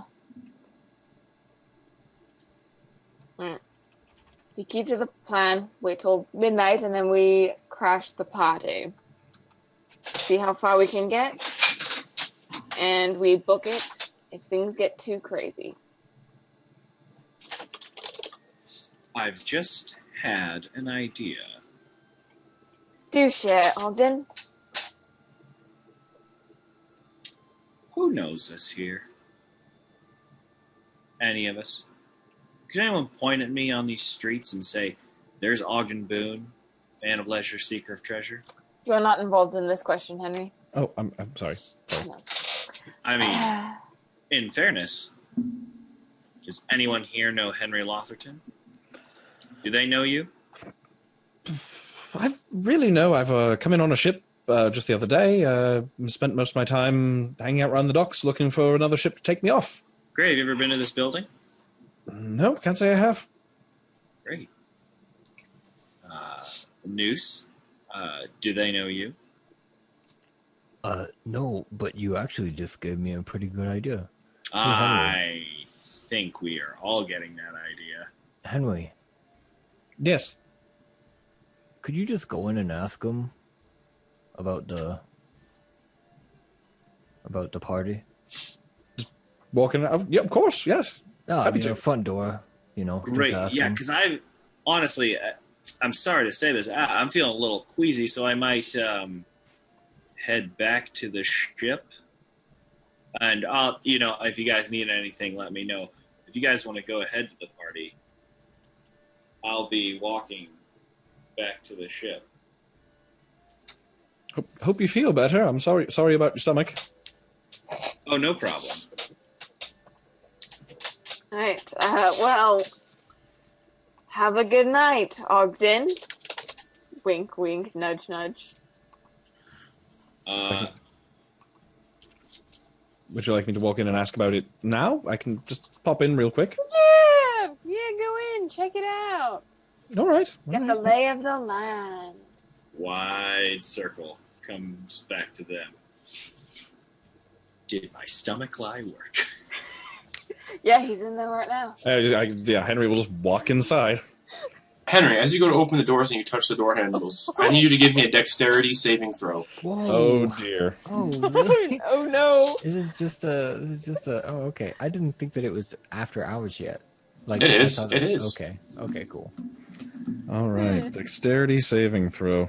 Yes, he's just open there right now. Also, he grabbed the door and didn't knock first at all. He just walked right in. Well, it's a place of business. I assumed it was, you will come in. I got a 17. You feel an electric shock tear through your body. Is that a failure? Yes.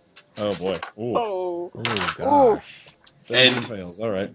And you are launched backwards 10 feet hard onto your back, and you take 5 points of lightning damage. And you guys all watch as he kind of grabs the door Home Alone style. Just his hair kind of stands up on end, and he's just shot backwards 10 feet from the lightning surging through his body. He hits his back on the pavement, as he hits, and that's where we're going to end the session for the week. Yeah, he's just over there. Flying into view. Oh, Sam, I love this guy. I love him. And Oh, he is not going to survive this heist. and because of certain plot points getting reached and people asking the right questions tonight, What? that's a bump up to 8th level. Oh. Ooh. Oh boy. Oh Wow. boy. Oh. Alright. Gonna roll my Wow. hit die. I spent all of one session at level 7. Who asked the right questions? Who was it? I have a D8? Yeah. I'm just imagining him.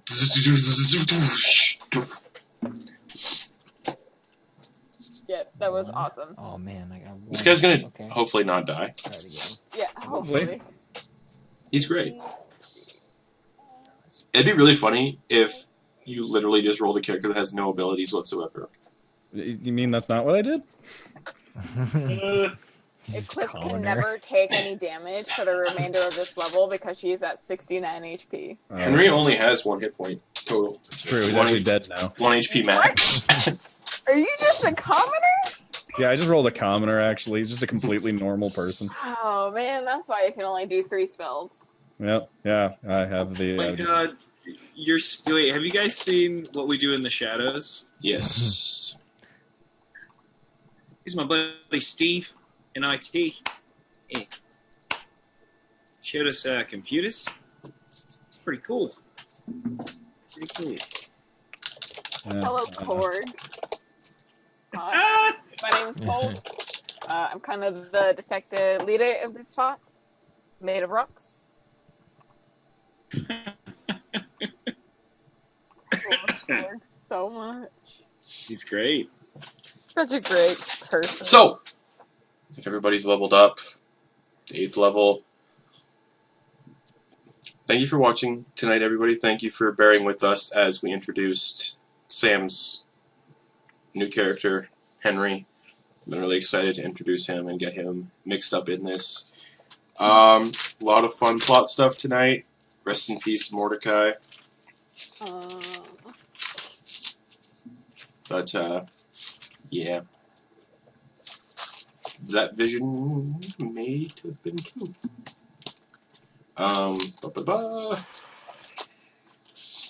We'll be back next Wednesday with episode 32. Maybe we'll get an auction house heist next week. That could be a lot of fun. I love doing heist D&D stuff. If you Wow, I'm so pumped about it, dude. I don't know if you realize how fucking psyched I am about doing a heist. I'm very excited. I had a lot of fun doing a heist as Hannibal, so Oh yeah, that was fun. yeah. I have a plus 13 to my stealth checks now. Yep, because of Durza's armor. Ooh. Mm-hmm. It's heavy armor, but she still has, so it's disadvantage, but she still has plus 13 to stealth. Yeah. So yeah, thanks for watching, everybody. We'll be back tomorrow night at 7:15 with the continuation of Curse of Strahd. Join us as we pick up the pieces from last week's session that I told Sam about in private, just to tell somebody. We'll see how the party deals with that next tomorrow. And then again, we'll be back Sunday, finally, for Soldiers of the Lich Queen at 1 p.m. Eastern Time, and I'm so excited to play my boy Hannibal again. Again, that game doesn't use a D&D Beyond extension, so you don't have to worry about that. I just rolled a stealth check with disadvantage, and it was a 28. Great. Just for shits and giggles. That's I rolled awesome. max HP. Yeah. Yay! But yeah, Good for a wizard. thanks for watching, everybody. We'll be back with this weird little story next week, and we'll have a little pool to see how Henry does in the auction house. Does he live or die? Make your choice. Good night, everybody. Find out if he actually has character levels. Goodbye, everybody. Yeah. Bye.